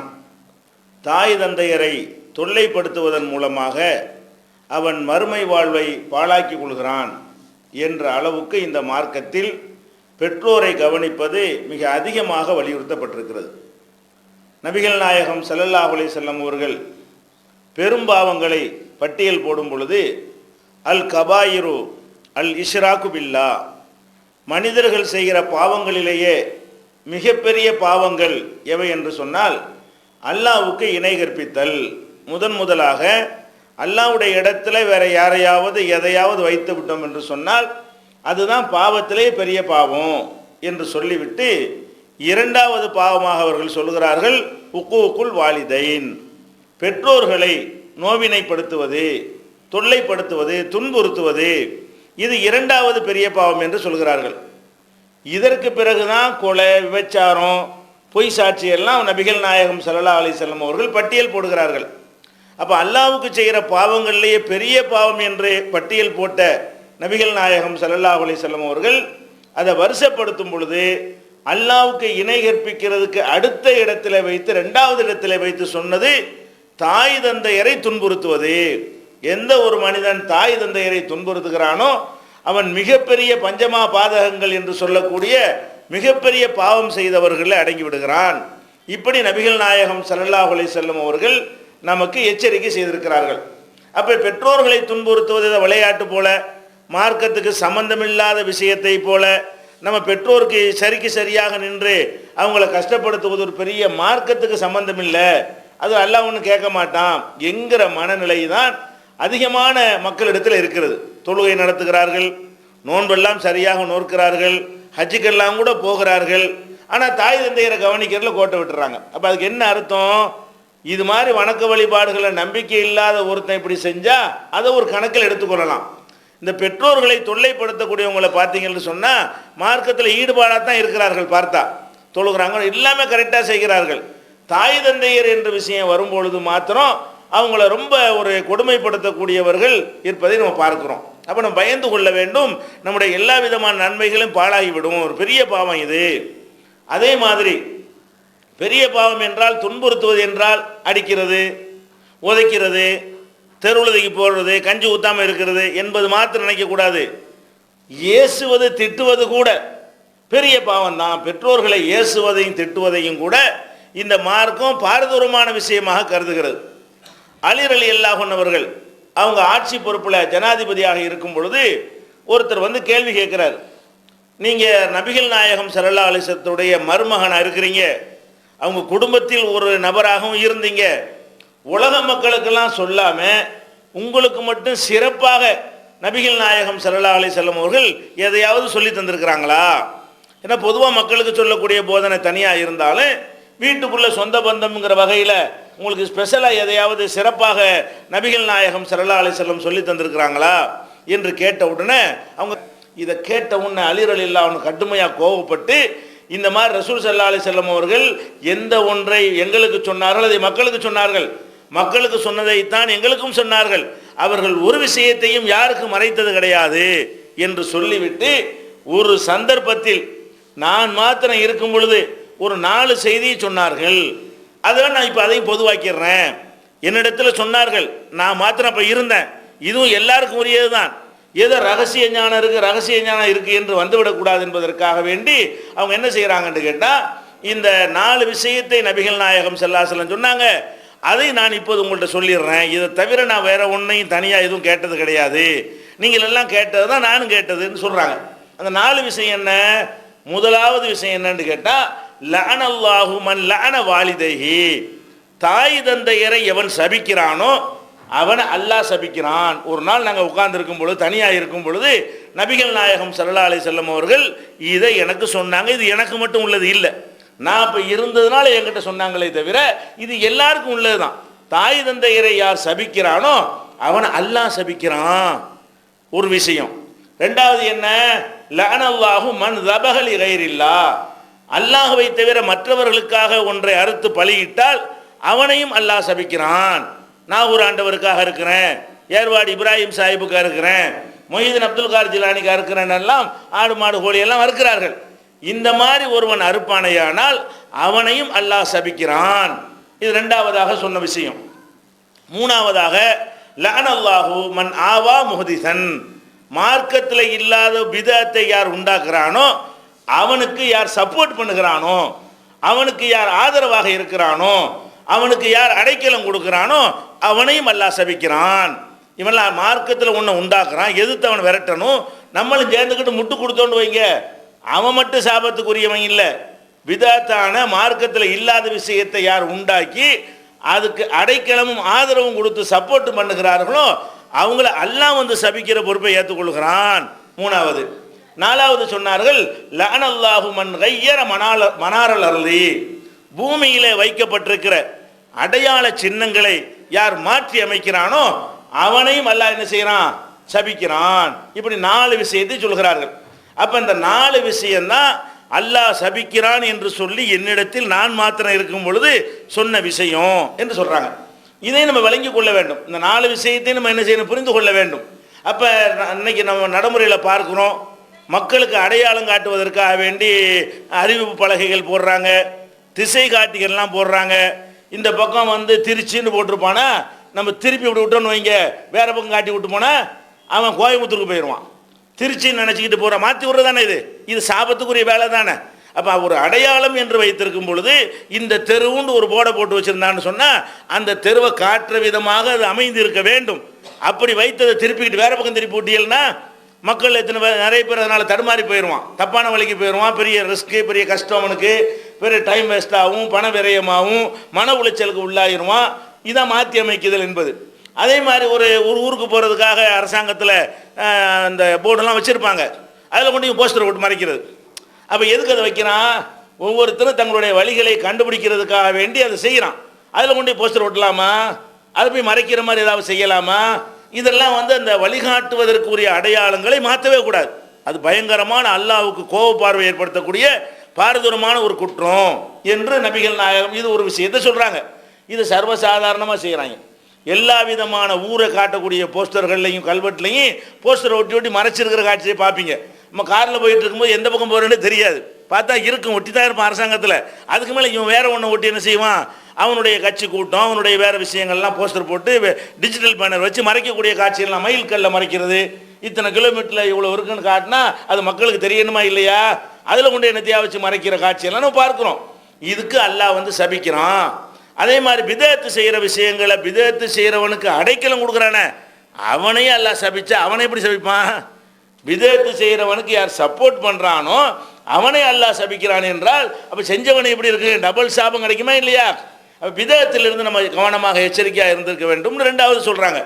அதே மாதிரி சர்வசாதாரணமாக தர்காக்களுக்கு நேர்ச்சை பண்ணி கொண்டு அங்கே போய் அறுத்து பலியிடக்கூடியதெல்லாம் ஒரு மார்க்கம் நினைத்து கொண்டு வணக்கம் என்று இபாதத்து என்று நல்ல காரியம் என்று நினைத்து கொண்டு செய்து கொண்டிருக்கிறார்கள். இதுக்கு அல்லாஹ் என்ன செய்ய, நான் நாசமாக போத்தோலேன்னு அல்லாஹ் சபிக்கிறான். அல்லாஹ் சபிச்சா என்ன வருது, நம்ம சபிச்சா அதுக்கு அர்த்தமே கிடையாது. நம்ம சபிச்சா நடக்க போகிறோமே அல்லாவா, நம்ம சபித்தால் ஒன்றும் நடக்க போகிறது இல்லை. அல்லாவே நாசமாக போன்னு சொன்னால் ஆயிருமே. அவனுடைய அவன் செய்வதெல்லாம் என்னது, இதை அராத ஐயா கூலளவு குன்ஃபைய கூன், இதை அராத செய்யன், எதையாவது அவன் செய்ய நான் ஆகும் ஆயிருமே. தொலைஞ்சு போடான்னு தொலைஞ்சு போயிடுவோமே, நாசமாக போண்டு அல்லாஹ் சொன்ன நாசமாக போயிடுவோமே, உருப்படாமல் போண்டு சொல்லிவிட்டால் உருப்படாமல் போயிடுவோமே. அப்போ அல்லாஹ் சபிக்கிறான் என்றால் கடுமையான விஷயம் அது. இந்த 3க்கு முன்னாடி முதல்ல என்ன சொல்கிறாங்க, லஅனல்லாஹு மன் லஅன வாலிதைஹி, தாய் தந்தையரை யார் சபிக்கிறான், எவ்வளவு அவங்க தொந்தரவு பண்ணாலும் நீ நாசமாக போ, உருப்படாமல் போ. தாயை திட்டக்கூடிய பிள்ளைகளை பார்க்குறோம், சோறும் போட்டுக்கிறான், வீட்டில் தான் வச்சுக்கிட்டு இருக்கிறான், ஆனால் எப்படி கொடுக்குறான், அதை திட்டிக்கிட்டு சாபம் போட்டுக்கிட்டு அவங்கள சபித்து கொண்டு இந்த மாதிரி பெற்றோரை கவனிக்கக்கூடிய பிள்ளைகளை பார்க்குறோம். ஆம்பளை பிள்ளை பொம்பளை பிள்ளை எல்லாருமே என்ன செய்கிறாங்க, தாய் தந்தையருடைய முதுமையான வயசில் அவங்கள சபிக்கிற காட்சியை பார்க்குறோம். நீங்கள் சபிச்சா அவர் ஒன்றும் ஆக போகிறது இல்லை, நாசமாக போண்டா, அல்லாஹ் உங்களை பார்த்து நாசமாக போகணுன்னு சொன்னால் ஆகி போயிடும். அப்போ நீங்கள் வந்து ஒரு முதியவராக இருக்கிறாரு தாய் தந்தையர் என்பதற்காக சபித்தீர்களே, ஆனால் அவர் சார்பாக அல்லாஹ் உங்களுக்கு ரிப்ளை கொடுக்குறான், நீ நாசமாக போன்னு சொல்லி. நீங்கள் என்ன மாதிரி தாய் தந்தையரை லானத்து பண்ணுகிறீர்களோ, சாபம் விடுகிறீர்களோ, அது மாதிரி அல்லாஹ் சபிக்கிறான் என்றால் இது எவ்வளவு பயங்கரமான பாரதூரமான ஒரு குற்றம் என்பதை நம்ம கவனத்தில் கொள்ளணும். அல்லாஹ்வுடைய சாபத்திலிருந்து தப்பித்து கொள்ள வேண்டும் என்றால் பெற்றோர்களை எந்த காரணத்திற்காகவும் சபித்து விடக்கூடாது. நாசமாக போ, தொலைஞ்சு போ, உருப்படாமல் போ, சீக்கிரம் செத்து தொலை என்ற மாதிரி எல்லாம் சொல்லக்கூடிய ஒரு சூழ்நிலையை பார்க்குறோம். இதெல்லாம் அல்லாஹ் பார்த்துக்கிட்டு இருக்கிறான், கவனிச்சுக்கிட்டு இருக்கிறான். அவனுக்கு தெரியுமில்ல, நீ இப்படி தானே சின்ன பிள்ளையா இருக்கும் உழவும் பண்ணினேன், உன் தாய் தகப்ப சகிச்சுக்கிட்டு தானே இருந்தாங்க. உன் தாய் தகப்பனை இப்போ வந்து வயசான காலத்தில் என்னென்ன செய்கிறார்களோ அதெல்லாம் நீ சின்ன பிள்ளையா இருக்கும்போது செஞ்ச. அதை அவர்கள் கோவப்பட்டு உன்னை தூக்கி தெருவில் குப்பத்தொட்டில் போடலை, அனைத்தையும் மழை ஜலம் அனைத்தையும் சுமந்து கொண்டார்கள், உன்னுடைய சேட்டையெல்லாம் சுமந்து கொண்டார்கள், உனக்காக அவங்க தூங்காமல் விழித்திருந்தார்கள், உனக்காக வேண்டி அவங்க தங்களுடைய சுகங்களை எல்லாம் தியாகம் செய்தார்கள். அப்படி இருக்கும் பொழுது நீ வந்து அவங்க வயசான காலத்தில் இப்படி செய்யலாமா என்று அல்லாஹ்வுக்கு கோபம் வர்ற காரணத்தினால தான் தனக்கு அடுத்து வைக்கிறான். அல்லாஹ்வுக்கு இணை கற்பிக்காத தாய் தந்தையரை கவனிச்சிக்க. பெரிய பாவம் அல்லாஹ்வுக்கு இணை கற்பிக்கிறது, 2வது தாய் தந்தையரை தொல்லைப்படுத்துறது. நீ சபிச்சேன்னா நான் சபிப்பேன், நீ பெற்றோரை சபித்தால் நான் உன்னை சபிப்பேன் என்ற அளவுக்கு இந்த மார்க்கத்தில் பெற்றோர்கள் விஷயமாக வலியுறுத்தப்பட்டு, இன்னும் சொல்ல போனா இது கூட நேரடியாக சபிக்கிறதுங்க. நம்முடைய ஒரு செயலின் காரணமாக வேற யாராவது நம்ம பெற்றோரை சபித்தாங்கன்னு வைங்க, அதுவே பெரிய பாவங்கிறாங்க. நபிகள் நாயகம் ஸல்லல்லாஹு அலைஹி வஸல்லம் சொல்றாங்க, இன்னமின் அக்பரில் கபாயிரி, பாவங்களில் பெரிய பாவம் என்பது என்னவென்று சொன்னால் அன் எஸ்திமர் ரஜுலு வாலிதைஹி, ஒரு மனுஷன் தன்னுடைய தாய் தந்தையை திட்டுவது அப்படிங்கிறாங்க. அப்போ சஹாபாக்களுக்கு இது ஆச்சரியம், நமக்குண்டு ஆச்சரியம் இருக்காது. ஏன் நம்ம திட்டிகிட்டு இருக்கிறோமே, சஹாபாக்கள் யாரும் அப்படி திட்ட மாட்டாங்களா? அப்போ கேட்குறாங்க, அல்லாஹ்வுடைய தூதரை அது எப்படி தாய் தந்தை ஒருத்தன் திட்டுவான்? நம்ப முடியலை உங்களுக்கு. இந்த காலத்துலன்னா அது சகஜமாக போய் வச்சு தாய் தந்தை திட்டுறது. சஹாபாக்கள் காலத்தில் அவங்க தாய் தந்தையை திட்டுதல் என்ற ஒரு கான்செப்டே கிடையாது. அப்படி இருந்தனால என்ன கேட்குறாங்க, நீங்கள் பெரிய பாவம்னு சொல்கிறீங்க, எவனாச்சும் தாய் தந்தை திட்டுவானா? இது எப்படி நடக்கும்ன்றவுடனே ரசூல் ஸல்லல்லாஹு சொல்கிறாங்க, திட்ட மாட்டான். அந்த காலத்துக்கு சொல்கிறாங்க, இந்த காலத்து திட்டுறீங்க, அந்த காலத்துக்கு சொல்கிறாங்க திட்ட மாட்டான். ஆனால் இவன் எவனோடைய சண்டை வரும் பொழுது அவன் அப்பனை திட்டுவான். உங்களுக்கும் ஒரு ஆளுக்கும் சண்டை வந்தால் என்ன செய்வீங்க? அவனை திட்டுறதுக்கு பதிலாக அவன் அப்பனை திட்டுவீங்க, அவன் உங்கள் அப்பனை திட்டுவான். அப்போ நீங்கள் திட்டினா அர்த்தம் எப்படி சொல்கிறாங்க? நீங்கள் உங்கள் தாய் தந்தரை திட்ட மாட்டீங்க, நீங்கள் எவனுடைய சண்டை வந்து அவனை திட்டுறதுக்கு பதிலாக, அவனை கார்னர் பண்ணுறதுக்கு பதிலாக அவனுடைய அப்பனை இழுத்து நீங்கள் என்ன செய்ய சண்டைக்கு போகிறீங்க. உங்கள் அப்பனை தெரியாதா? உங்கள் ஆத்தாவை தெரியாதா? அவன் என்ன செய்வான்? உங்கள் அப்பனை தெரியாதா? முடிஞ்சு போச்சா கதை? ஏன் உங்கள் அப்பனுக்கு திட்டு வாங்கி கொடுக்குறீங்க? உங்களுக்கும் அவனுக்கும் சண்டை, அவனும் நிறுத்திக்கிற வேண்டியான. அவன் அம்மாவை இழுத்தா உங்கள் அம்மாவை இழுப்பானா இல்லையா? ஒருவனோட சண்டைக்கு போனோம் என்று சொன்னால் அவனுடைய தாய் தந்தையரை இழுத்து பேசக்கூடாது. அவனுடைய தாய் தந்தையரை காரணமாக்கி பேசினீர்களே ஆனால், அவன் உங்கள் தாய் தந்தையரை ஏசினால், அவங்க கேவலப்படுத்தினால் அது காரணம் நீங்களே உங்கள் தாய் தந்தையரை திட்டினீர்கள். அப்போ பெரும்பாவம் ஆயிடுது. நம்ம எவனோடய போய் சண்டை பிடிச்சதுனால நம்ம தாய் தந்தையரை அவன் திட்டி விட்டான் என்று சொன்னால் நம்ம என்னவாயிரும்? பெரிய பாவம் செய்தவர்கள் ஆயிரும். அப்போ நேரடியாக நம்மளே திட்டுறது எப்படிப்பட்டதுன்னு பார்த்துக்கிறோங்க. எவனுடைய நம்ம சண்டை போட்டு அதன் காரணமாக அவன் நம்முடைய பெற்றோர்களை திட்டிவிட்டான் என்று சொன்னால் அந்த பாவம் உங்களுக்கு சேரும். நீங்கள் திட்டினது அர்த்தம், நீங்கள் பெரும்பாவம் செஞ்சது அர்த்தம் என்று நபிகள் நாயகம் ஸல்லல்லாஹு அலைஹி வஸல்லம் சொல்லியிருக்கிறார்கள். என்றால் பெற்றோர்களுக்கு மார்க்கத்தில் கொடுத்திருக்கிற இடம் என்ன, எவ்வளோ பெரிய அந்தஸ்து கொடுக்கப்பட்டிருக்கிறது, அந்த மரியாதை நம்ம என்ன செய்யணும்? இந்த மார்க்கத்தில் இருப்பதாக இருந்தால் அவன் விரும்பினபடி இருந்தால் தான் இல்லை ஏற்றுக்கிறோம். அவங்க இஷ்டத்துக்கெல்லாம் அந்த மார்க்கத்தில் இருக்க முடியாது. அவன் எதை வெறுக்கிறான்னு நீங்கள் என்ன செய்யணும்? அதை வெறுத்து விட வேண்டும். அவன் தடை செய்து விட்டு முற்றாக முழுமையாக விலகி கொள்ள வேண்டும் என்கிற அளவுக்கு இது முக்கியத்துவம் வாய்ந்த ஒரு மேட்ரு. அதே மாதிரி நபிகள் நாயகம் ஸல்லல்லாஹு அலைஹி வஸல்லம் அவர்கள் இந்த பெற்றோர்களை கவனிக்கிறதுனால எவ்வளோ பெரிய உயர்ந்த இடத்துல அவர்களுக்கு அந்தஸ்து கிடைக்கும் என்பதையும் பல சம்பவங்கள் மூலமாக சொல்லி காட்டுறாங்க. நபிகள் நாயகம் ஸல்லல்லாஹு அலைஹி வஸல்லம் காலத்தில் ஹாரிசா பின் நுஅமான் என்று ஒரு சஹாபி இருந்தார். நுஅமானுடைய மகன் ஹாரிசா. இவர் ரசூல் ஸல்லல்லாஹு அலைஹி வஸல்லம் ஹயாத்தோடு இருக்கும்போது இறந்து போய்விட்டார். நல்ல மனிதர் சஹாபி இறந்து போய்விட்டார். அப்போ நபி ஸல்லல்லாஹு அலைஹி வஸல்லம் செய்கிறாங்கன்னு கேட்டால், நான் ஒரு நாள் சொர்க்கத்தில் இருக்கிற மாதிரி பார்க்கிறேன். அப்போ அங்கே ஹாரிசா பின் நுஅமானும் இருக்கிறார். சொர்க்கத்தில் நான் இருக்கிறேன், அங்கே ஹாரிசா பின் நுஅமான் என்பவரும் அங்கே இருக்கிறார் அப்படின்னு சொல்லிவிட்டு, இவர் ஏன் அங்கே இருக்கிறார் தெரியுமா? கான அபர்ரன் நாசிபி உம்மிஹி, இன்றைக்கு இருக்கிற மனிதர்கள்லையே தாய்க்கு ரொம்ப உபகாரம் செய்த முதலிடத்தில் அவர் தான் இருந்தார். தாய்க்கு முதலிடத்தில் உபகாரம் செய்யக்கூடியவராக இருந்ததுனால அவர் சொர்க்கத்தில் நான் பார்க்குறேன். கதாலிக்கல் பிர் என்று 3 தடவை சொல்கிறாங்க. நன்மண்டை இப்படி செய்யணும், தாய் தந்தையரை கவனிக்கிறதுனா இவர் மாதிரி செய்யணும். அவர் எப்போ பார்த்தாலும் தாயை கவனிச்சுக்கிட்டே இருப்பார்.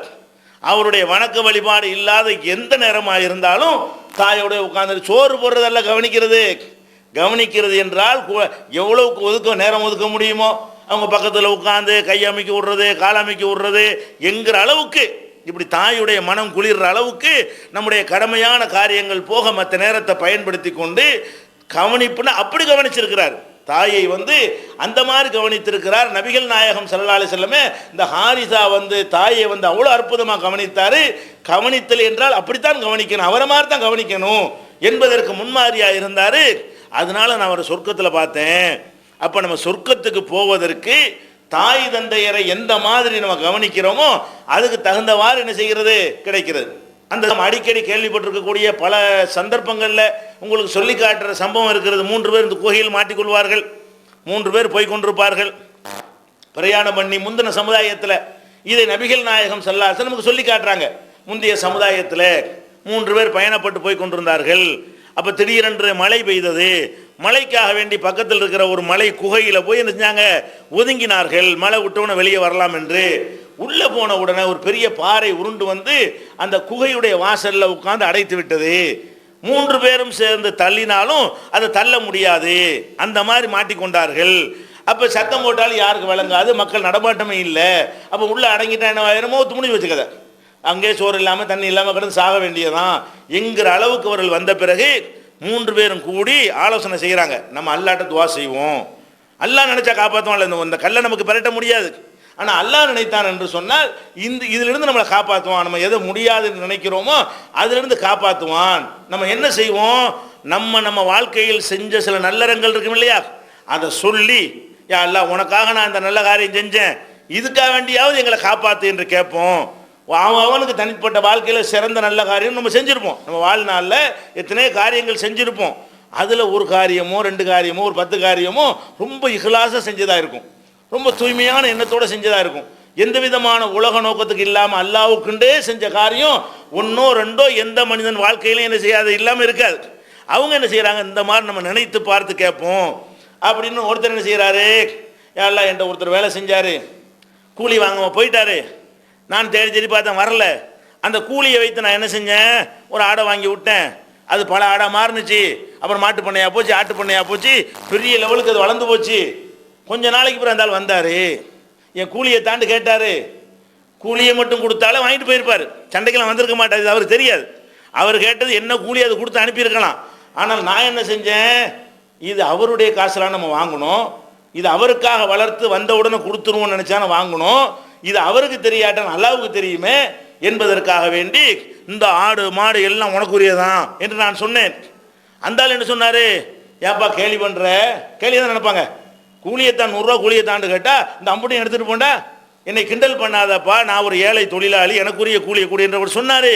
இல்லைப்பா இதெல்லாம் உனக்குரியதான் என்று விவரமாக சொல்லி அந்த காசு பணம் ஆடு மாட்டில் எனக்கு எந்த ஒரு பற்றும் இல்லாமல் இறைவன் பார்த்து கொண்டிருக்கிறான் என்ற ஒரு காரணத்திற்காக நான் மனசில் என்ன எண்ணத்தில் அந்த ஆடு மாடலை வாங்கினேனோ அந்த எண்ணத்துக்கு தகுந்தவாறு கொடுத்துட்டேன். இது யாருக்கும் தெரியாது, எந்த மனுஷனுக்கு பயந்துக்கிட்டு நான் கொடுக்கவில்லை. அவர் எந்த கோர்ட்டுக்கு போனாலும் இதெல்லாம் வாங்க இயலாது, கொடுத்த 100 ரூபா கொடுன்னு தான் சொல்லுவானே தவிர இந்த ஆட்டு பண்ணை மாட்டு பண்ணையெல்லாம் கொடுன்னு எவனும் சொல்ல மாட்டான். நான் இதை செய்வது யா அல்லாஹ் உனக்காகத்தான் செய்தேன் என்று நீ கருதினால் இதிலிருந்து எங்களை காப்பாத்துங்கிறாரு. அந்த பாறை அப்படி கொஞ்சம் விலகி வழிபடுகிறது, ஏதோ வெளிச்சமும் காற்று வருது, வெளியே ஆளுக்கு வர முடியாது. 2வது ஆள் என்ன செய்கிறாரு, யா அல்லாஹ் எனக்கு ஒரு சொந்தக்கார ஒரு பெண் இருந்துச்சு, ரொம்ப அழகான பெண்ணு, ரொம்ப நான் அவரை நேசித்தேன், அவளை தவறான வழியில் நான் அடைய நினைக்கும் பொழுது அல்லாஹ் பயந்துக்கேன் அந்த அம்மா அந்த பொண்ணு சொன்னிச்சு, உடனே நான் விலகி கொண்டேன். நான் அந்த இடத்துல நினைத்திருந்தால் தவறாக நடந்திருக்க முடியும், யாருக்கு தெரிஞ்சிருக்காது. அல்லாஹ் பயந்துக்கங்கிற அந்த ஒரு வார்த்தைக்காகத்தான் எல்லா வாய்ப்பும் இருந்தும் கூட நான் அந்த தப்பு செய்யலை, இதை நான் உனக்காக செஞ்சிருந்தால் என்னை காப்பாற்றணுன்னு அது இன்னும் கொஞ்சம் விலகிறது. 3வது ஆள் என்ன செய்கிறாரு, யா அல்லாஹ் எனக்கு வயதான தாய் இருந்தாங்க, நான் உங்களை ரொம்ப கவனித்தேன், அவங்க சாப்பிடாம நான் சாப்பிட மாட்டேன், அவங்க சாப்பிடாம என் பிள்ளைக்கு சாப்பாடு கொடுக்க மாட்டேன். ஒரு நாள் நான் வர தாமதமாகி விட்டது, பெற்றோர் தூங்கி விட்டார்கள், விடிய விடிய முடிச்சு கொண்டிருந்து அவங்க சாப்பிட்ற வரைக்கும் எழுந்திருக்கிற வரைக்கும் காத்திருந்து அதுக்கு பிறகு அவங்களுக்கு சாப்பாடு கொடுத்து அதுக்கு பிறகு தான் நானும் பிள்ளைகளும் சாப்பிட்டோம். இந்த மாதிரி நான் என் பெற்றோர்களை நான் கவனித்திருக்கிறேன், இது அவங்களுக்கு பயந்து கொண்டு நான் செய்யலை, அவங்களுக்கு ஏழாத ஆளுக்க, அவங்க என்னை ஒன்றும் பண்ணவெல்லாம் முடியாது, உனக்காக தான் செஞ்சேன் என்று சொன்ன உடனே இது உனக்காக செய்திருந்தால் எங்களை காப்பாற்றுங்கிறாரு. குகை முழுசாக விலகிடுச்சு. 3 பேரும் சந்தோஷமாக வெளியே போனார்கள் என்று நபிகள் நாயகம் ஸல்லல்லாஹு அலைஹி வஸல்லம் சொல்கிறாங்க. ஒரு மனிதன் அவனுடைய துஆக்கள் அங்கீகரிக்கப்படுவதற்கு இந்த 3 காரணங்கள் தெரிகிறது. அதில் ஒரு காரணம் எது, தாய் தந்தையரை சரியான முறையில் தள்ளாத வயசில் ஒருவன் கவனித்துக் கொள்வானே ஆனால் அவனுக்கு இந்த உலகத்தில் நெருக்கடியான நேரத்தில் துஆ செய்யும்போது அல்லாஹ் ஏற்றுக்கிடுவான், நெருக்கடியிலிருந்து அவனை மீட்பான், அல்லாஹ் உதவி செய்வான். அப்போ இந்த உலகத்தில் நன்மை கிடைக்கிறது. பெற்றோர்களை கவனிப்பதில் இன்னும் நிறைய விஷயங்கள் இருக்கிறது. இன்ஷா அல்லாஹ் அடுத்தடுத்த வாரம் பார்க்கலாம். பெற்றோர்களுக்கு செய்கின்ற உதவியின் மூலமாகத்தான் ஒருவனுடைய மறுமை வாழ்க்கை உறுதி செய்யப்படுகிறது. பெற்றோருக்கு செய்கின்ற கொடுமையின் காரணமாகத்தான் ஒரு மனிதனுடைய மறுமை வாழ்க்கை பாழாகி போகிறது என்பதையெல்லாம் கடந்த சில வாரங்களாக நம்ம பார்த்து வருகிறோம். நபிகள் நாயகம் ஸல்லல்லாஹு அலைஹி வஸல்லம் அவர்கள் சொன்னார்கள், ஒரு மனிதன் தன்னுடைய தந்தைக்கு செய்ய வேண்டிய நன்றி கடனை இந்த உலகத்தில் நிறைவு செய்வதாக இருந்தால் அது ஒரே ஒரு சந்தர்ப்பத்தில் தான் அவனுக்கு சாத்தியமாகும். அது என்ன சந்தர்ப்பம் என்றால், அன்றைய காலத்தில் மனிதர்களை அடிமையாக சந்தையிலே கொண்டு போய் விற்பனை செய்து கொண்டு வந்தார்கள். இப்போ நம்ம தந்தைக்கு நம்ம ஏதாவது அவர் செய்த உதவிக்கு நன்றி கடன் செலுத்துவதாக இருந்தால், நம்ம தந்தை அடிமையாக இருந்து அவரை நம்ம விலை கொடுத்து வாங்கி அவரை விடுதலை செய்வதன் மூலமாக மட்டும்தான் அவருக்கு செய்கிற கடமையை நம்ம நிறைவேற்ற முடியும் என்று நபிகள் நாயகம் ஸல்லல்லாஹு அலைஹி வஸல்லம் சொன்னார்கள். அப்போ தகப்பன் அடிமையாக இருந்து அடிமையை விலைக்கு வாங்கி விற்பனை செய்கிற மாதிரி ஒரு வாய்ப்பு யாருக்காவது கிடைத்தால் அவன் தகப்பனுக்கு செய்கிற கடமையை செஞ்சிட்டான். இவனை விடுதலை செய்த மாதிரி உலகத்தில் விடுதலையாக நடமாட விட்ட மாதிரி தன்னுடைய தகப்பன் அடிமையாக இருக்கும் பொழுது வாங்கி அவனை விடுதலை செய்து விட்டான் என்று ஒரு நன்றி கடனை நிறைவேற்ற முடியும் என்றார்கள். இது இன்னைக்கு முடியாது.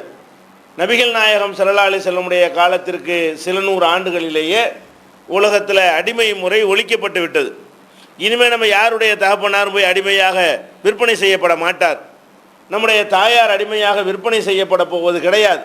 அப்போ இந்த ஒரு வாய்ப்பு இருந்தால் மட்டும்தான் நம்ம அவங்களுக்கு செய்கிற கடமையை நன்றி கடனை நிறைவேற்றியவர்களாக ஆக முடியும் என்று சொன்னார்கள்னா, அப்போ தகப்பனுக்கு உள்ள கடமை எவ்வளோ பெரிய முக்கியமானது என்று நம்ம அறிந்து கொள்ள வேண்டும். ஒரு தகப்பனுக்கு செய்கிற கடமையை இவ்வளவு என்று சொன்னால், தாய்க்கு செய்கிற கடமை அதை விட பல மடங்கு அதிகமானது என்பதையும் நபிகள் நாயகம் ஸல்லல்லாஹு அலைஹி வஸல்லம் அவர்கள் சொல்கிறார்கள். அப்போ ஒருத்தர் கேட்குறாரு, ரசூல் ஸல்லல்லாஹு அலைஹி வஸல்லம் அவங்கள்ட்ட கேட்குறாரு, ஐயுன் நாசி அஹக்கு பி சுஹபதி, இந்த உலகத்தில் இருக்கிற மக்கள்லையே நான் ரொம்ப தோழமையாக ரொம்ப அந்யோன்யமாக நெருக்கமாக உறவோடு நான் யாரோடு இருக்க வேண்டும், யாருக்கு நான் அதிகமாக கடன்பட்டிருக்கிறேன் என்று நபிகள் நாயகம் ஸல்லல்லாஹு அலைஹி வஸல்லம் அவங்கள்ட்ட கேட்கும் பொழுது, உம்முக்க, உன்னுடைய தாயார் தான் என்று சொன்னார்கள். அப்போ அந்த மனிதர் கேட்குறார், சும்மமன், ரெண்டாவது யார்? முதல்ல என்னுடைய தாயாருக்கு நான் நன்றி கடன்பட்டிருக்கிறேன், இரண்டாவது யார் என்று கேட்கும் பொழுது அப்போதும் நபிகள் நாயகம் ஸல்லல்லாஹு அலைஹி வஸல்லம் சொன்னார்கள், உம்முக்க, உன்னுடைய தாயார் தான். அப்போ திருப்பி அவர் கேட்குறாரு, என்னுடைய தாயார் ஃபர்ஸ்ட்டில் இருக்கிறாங்க, சரி, சும்மமன், அப்புறம் யார் என்று கேட்குறார்கள். அப்பவும் ரசூல் ஸல்லல்லாஹு அலைஹி வஸல்லம் அவர்கள் உன்னுடைய தாயார் தான். அப்போ தாயாருக்கு அடுத்துன்னு ஒரு இடம் இல்லைங்கிறாங்க. முதல்ல யாருன்னு கேட்கும்போது தாய்ங்கிறாங்க, ரெண்டாவது யாருன்னு கேட்கும்போது தாய் என்று சொல்கிறார்கள், மூணாவது நான் யாருக்கு நான் நன்றி கடன் பட்டவன் அப்பவும் தாய் என்கிறார்கள், நாலாவது அவர் கேட்கும்போது சொன்னார்கள், அபூக்க, உன்னுடைய தகப்பனார் என்றார்கள். அப்போ தகப்பனாருடைய இடம் கூட ஒரு மனிதனை பொறுத்த வரைக்கும் நாலாவது இடத்துல தான் வருமே தவிர தாய்க்கு அடுத்து ரெண்டாவது இடம்னு ஒன்று காலியாக கிடையாது. ரெண்டாவது இடத்துல அவங்க தான் இருக்கிறாங்க, மூணாவது இடம்னு ஒன்று கிடையாது. அப்போ 1, 2, 3 இடம் அவர்களுக்கு கொடுத்து விட்டு நாலாவது இடமாக தந்தையை சொன்னார்கள். அப்போ தகப்பனுக்கே நம்ம நன்றி கடன் செலுத்துறதா இருந்தால் அவரை அடிமையாக நம்ம பார்த்து அவரை விலை கொடுத்து வாங்கி அவரை விடுதலை செய்கிறது தான் அவருக்கு செய்கிற நன்றி கடனை நிறைவேற்ற முடியும் என்றால், தாய்க்கு எப்படி நிறைவேற்றுறது? தாய்க்கு செய்ய வேண்டிய நன்றி கடனை எப்படி ஒரு மனிதனால் நிறைவேற்ற முடியும்? அப்போ அந்த அளவுக்கு நபிகள் நாயகம் ஸல்லல்லாஹு அலைஹி வஸல்லம் அவர்கள் தாயாருக்கு செய்கிற கடமைக்கு முன்னுரிமை கொடுத்திருக்கிறார்கள். இன்றைக்கு நம்ம உலகத்தில் அப்படி நடக்கிறோமா? பெற்றோர்களை, தாய் தந்தையரை ரொம்ப நோவினைப்படுத்தக்கூடிய காரியங்கள் இன்றைய சமூகத்தில் அதிகரித்து வருவதை நம்ம பார்க்கிறோம். நபிகள் நாயகம் ஸல்லல்லாஹு அலைஹி வஸல்லம் அவங்க காலத்தில் ஒருத்தர் வர்றார், ஒரு வழக்கு, தகப்பனார் மீது புள்ள வழக்கு கொண்டு வர்றார். என்ன வழக்கு கொண்டு வர்றாரு என்றால், அவங்க தகப்பனாருக்கு இதை கடன் கொடுத்துருக்கிறார். மகன் தகப்பனாருக்கு கடன் கொடுத்துருக்கிறார். கொடுத்த கடனை தகப்பனார்கிட்ட கேட்குறாரு, தகப்பனார் திருப்பி கொடுக்க மாட்டேங்கிறார். இதுதான் கேஸ். அப்போ என்னுடைய தகப்பனாருக்கு நான் கடன் கொடுத்துருந்தேன், அதை கேட்டால் அவர் ஒழுங்காக தரமாட்டேங்கிறாரு, ஏதாவது சமாதானம் சொல்லி கொண்டிருக்கிறாரு என்று நபிகள் நாயகம் ஸல்லல்லாஹு அலைஹி வஸல்லம் அவங்கள்ட்ட ஒரு வழக்கை கொண்டு வருகிறார். அப்போ நபி ஸல்லல்லாஹு அலைஹி வஸல்லம் சொன்னார்கள், அந்த மாலுக்கள் அபிக்க, தகப்பனுக்கு கடனை கொடுத்துட்டா கேட்கலாம் கூடாது, நீனும் உன்னுடைய செல்வமும் உன் தகப்பனுக்கு சொந்தம். என்ன வாப்பாட்ட கொடுத்த கடனை எப்படி பண்ணி திருப்பி கேட்ப?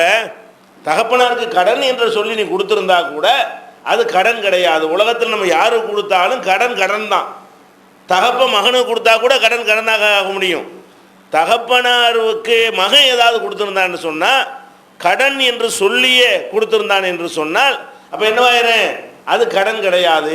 தகப்பனார்கிட்ட மகன் சம்பாதித்து கடனாக கொடுத்திருந்தால் கூட அதை திருப்பி கிளைம் பண்ண முடியாதுன்றாங்க. ரசூல் ஸல்லல்லாஹு அலைஹி வஸல்லம் அவர் கேஸ் கொண்டு வரும் பொழுது, அந்த மாலுக்க அபிக்க, நீனும் உன்னுடைய பணமும் ரெண்டுமே உன் தகப்பனுக்கு தானே சொந்தம். உன் காசு மட்டும் இல்லை, நீனே அவருக்கு தானே சொந்தம்.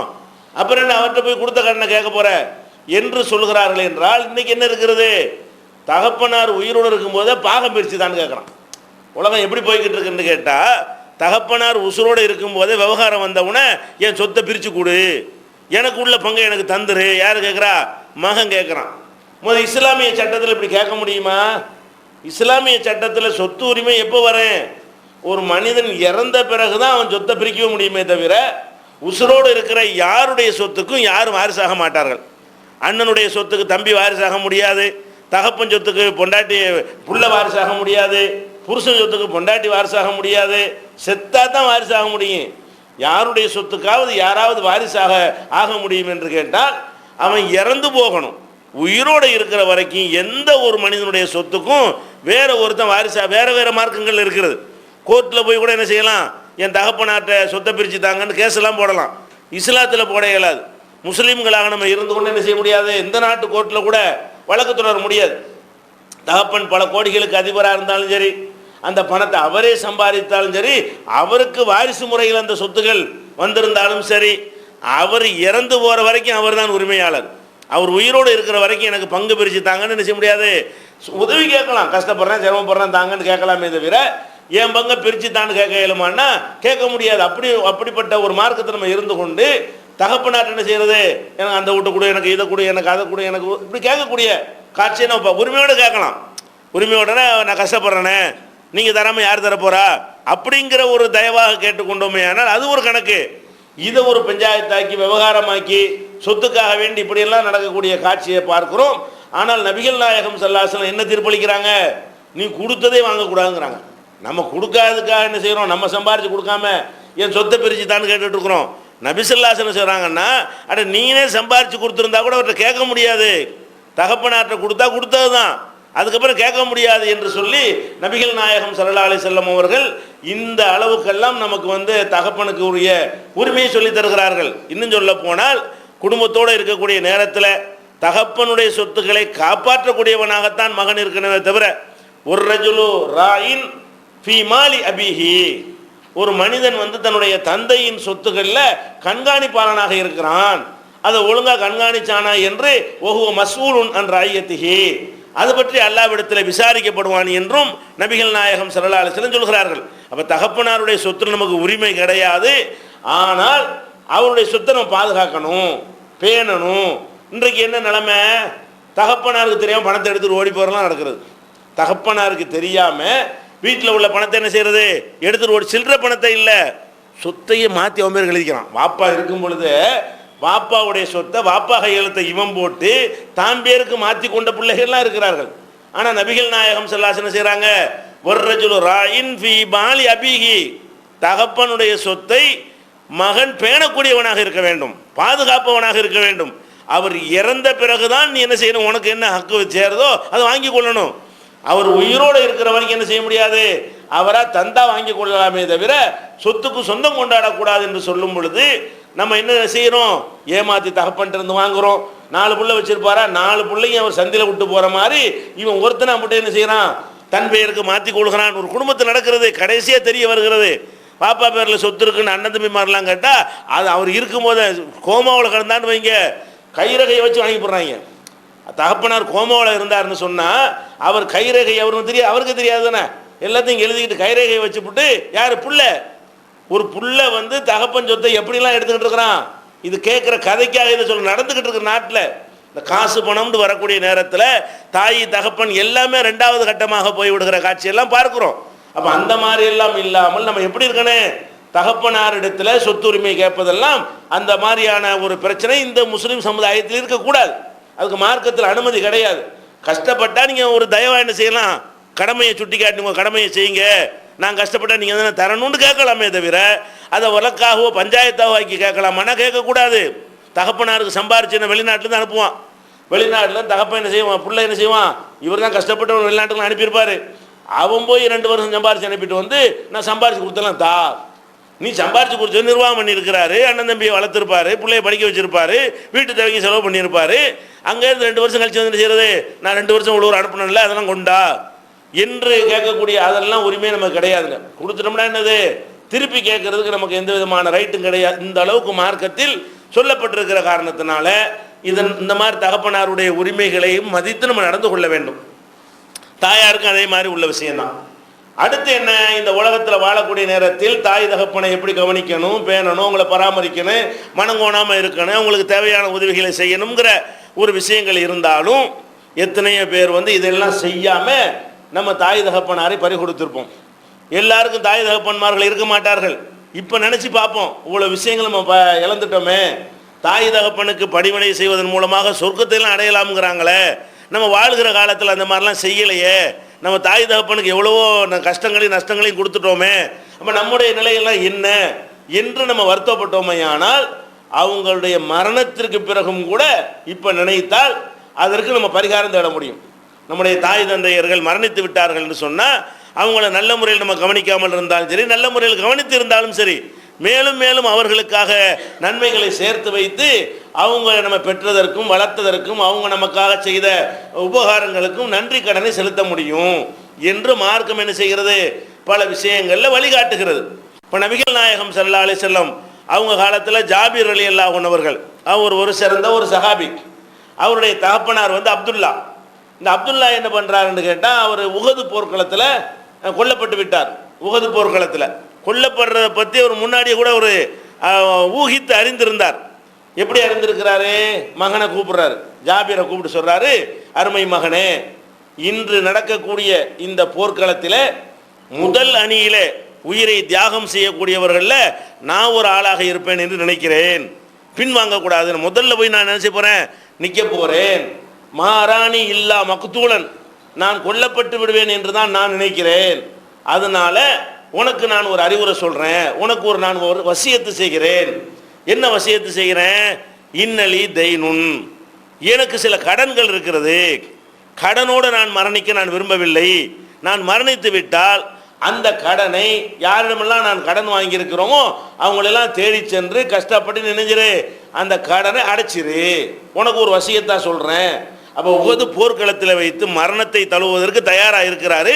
நம்ம வந்து உறுதியாக நம்ம முன்னாடி நின்று போரிடும் பொழுது கண்டிப்பாக நம்ம பிழைப்பதற்கு வழி இல்லை, நம்ம அல்லாஹ்வுடைய பாதையில் தியாகம் செய்வோம்னு தெரிந்து கொண்டு அப்போ எதை கவலைப்படுறாரு, கடனுக்கு ஒரு பயப்படுகிறார். கடனாளியாக மௌத்தா போனோம்னு சொன்னால் நம்ம பயங்கரமாக லாஸ் ஆகி போயிடுவோம். நபிகள் நாயகம் ஸல்லல்லாஹு அலைஹி வஸல்லம் சொன்னார்கள், யுகஃபரு லிஷஹீதி குல்லு தம்பின் இல்ல தைன், அல்லாஹ்வுடைய பாதையில் உயிரை தியாகம் செய்கிறான அவனுக்கு கடனை தவிர மற்ற பாவங்கள் மன்னிக்கப்படும். கடனுக்கு மன்னிப்பு கிடையாதுங்க. கடன் அல்லாஹ் சம்மந்தப்பட்டதில்லை, மனுஷன் சம்மந்தப்பட்டது. அல்லாஹ் சம்மந்தப்பட்ட விஷயம் தொழுகை நோம்பு அதிலெல்லாம் அந்த குறை வச்சுருந்தேன்னு சொன்னால் உயிரை தியாகம் பண்ணுறப்போ அப்படின்னு அல்லாஹ் மன்னிச்சு விட்ருவான்.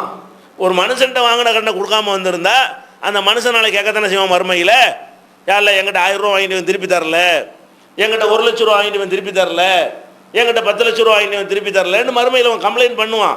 அப்போ அவனுக்கு நியாயம் வழங்கணுமா இல்லையா? அவனுக்கு நியாயம் வழங்கும், அதெல்லாம் மன்னிச்சுட்டு நல்லா சொல்ல மாட்டான். அவன் சம்பந்தப்பட்டது அல்லாஹ் மன்னிப்பானே தவிர மனிதர்களுக்கு அல்லாஹ் நினச்சா மன்னிக்கவும் செய்யலாம். நம்ம கொடுத்த கடனை கூட நான் தானே உடைய படைச்சிருக்கிறேன், அதை நான் மன்னிச்சுட்டு நல்லா சொல்லலாம். ஆனால் அப்படி சொல்ல மாட்டான் அல்லாஹ். அல்லாஹ்வை பொறுத்த வரைக்கும் ரொம்ப நீதியாளன், நேர்மையாளன்.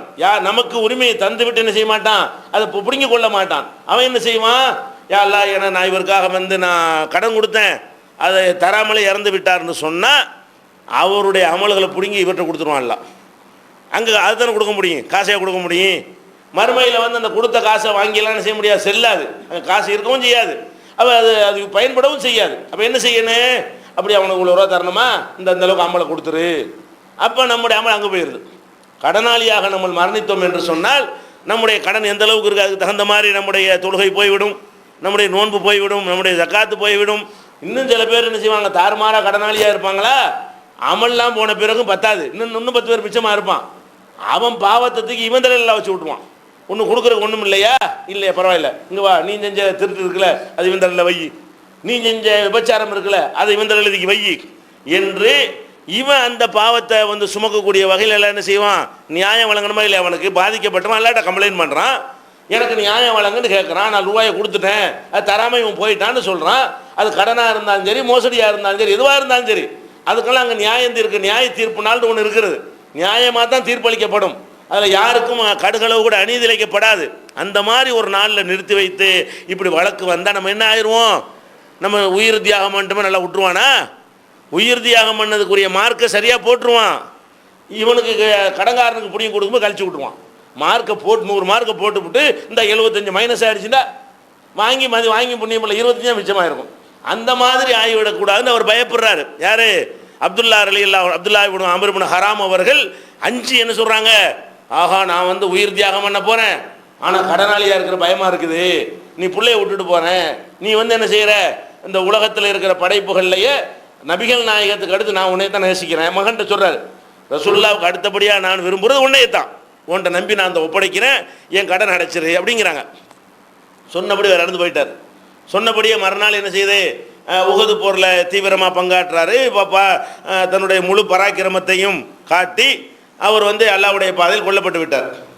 கொல்லப்பட்ட உடனே முதல் வேலையை ஜாபீர் என்ன பண்ணுறாங்க, யார் யாரெல்லாம் கடனாளிலாம் கூப்பிட்டு, இந்த பாருங்கள் கடனாளி, உங்களுக்கு கடன் இருக்குது, எங்கள் பாப்பாவுடைய கடன் இருக்கிறது, நான் வந்து அந்த கடனெல்லாம் தந்துடுறேன் என்று சொல்லி நபிகள் நாயகம் ஸல்லல்லாஹு போய் அந்த கடனாளிகள் லிஸ்ட்டையெல்லாம் கொடுத்து, அல்லாஹ்வுடைய தூதரே இந்த கடனை விட்டு போயிட்டாரு, கடனை அடைக்கிறதுக்கு இந்த பேரிச்சம் தோட்டத்தை தான் விட்டுருக்காரு, என் தகப்பனார் வேற ஒரு சொத்து வைக்கலை, இந்த தோட்டத்தை வச்சு தான் நான் கடனை கொடுக்கணும், ஆனால் இது பத்தாது போல தெரியுது, கடனை விட இந்த தோட்டத்தினுடைய மதிப்பு குறைவாக இருக்கிறது, இந்த தோட்டத்தில் வரக்கூடிய மகசூலை எடுத்து பார்த்தோம்னு சொன்னால் அதை கொண்டு முழு கடனை அடைக்க முடியாது, அதனால் நீங்கள் இந்த கடன் கொடுத்தவங்கள்ட்ட கொஞ்சம் பேசி கொஞ்சம் சலுகை பண்ணி எதை கிடைக்கிறத வாங்கிக்கிட்டு என் தகப்பனாரை மன்னிச்சு விட சொல்லுங்கள், என் தகப்பனார் எனக்கு வசியத்து பண்ணிட்டாரு, நான் அந்த கடனை கொடுத்தாவன்னு, ஆனால் கொடுக்க முடியல, 10,000 ரூபா கடன் இருந்தால் 5,000 ரூபாய்க்கு தான் என்ன இருக்குது, மெட்டீரியல் இருக்குது, உற்பத்தி பேரிச்சம்பளம் 5,000 ரூபாய்க்கு தான் இருக்குது, இதை வந்து கொடுக்க முடியுமா? முடியாது.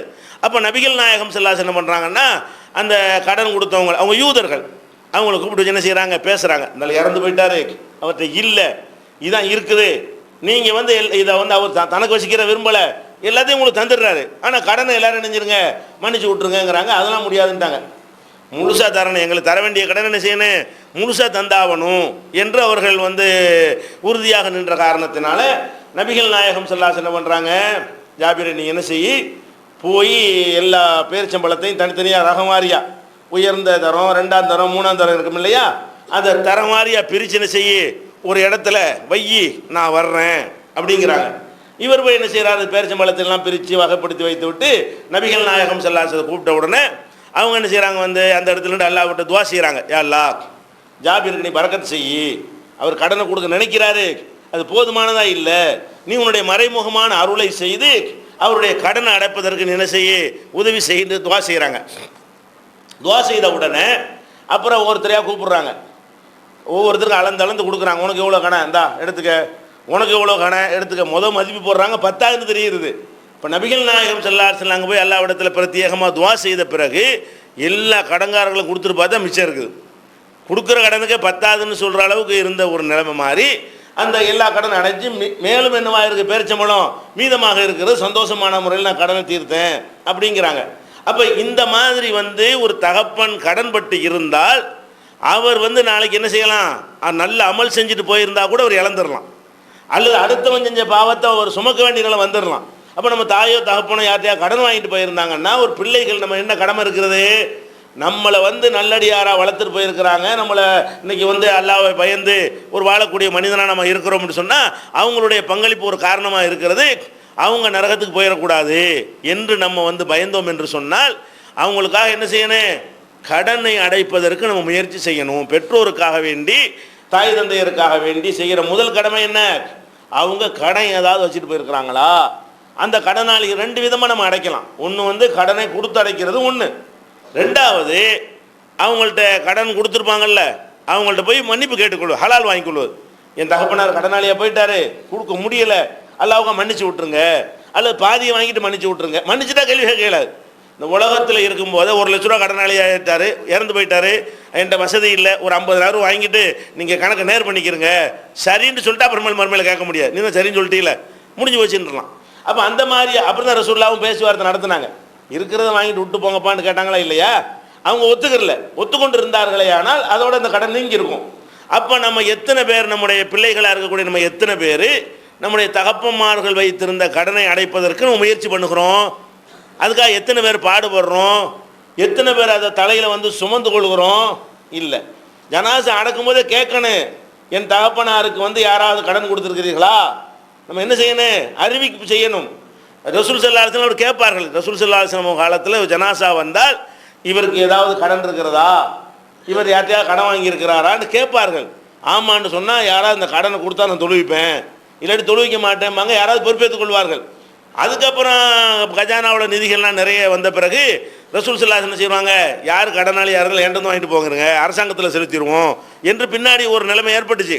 அப்போ கடன் என்பதற்கு இவ்வளோ பெரிய முக்கியத்துவம் இருக்கிறது.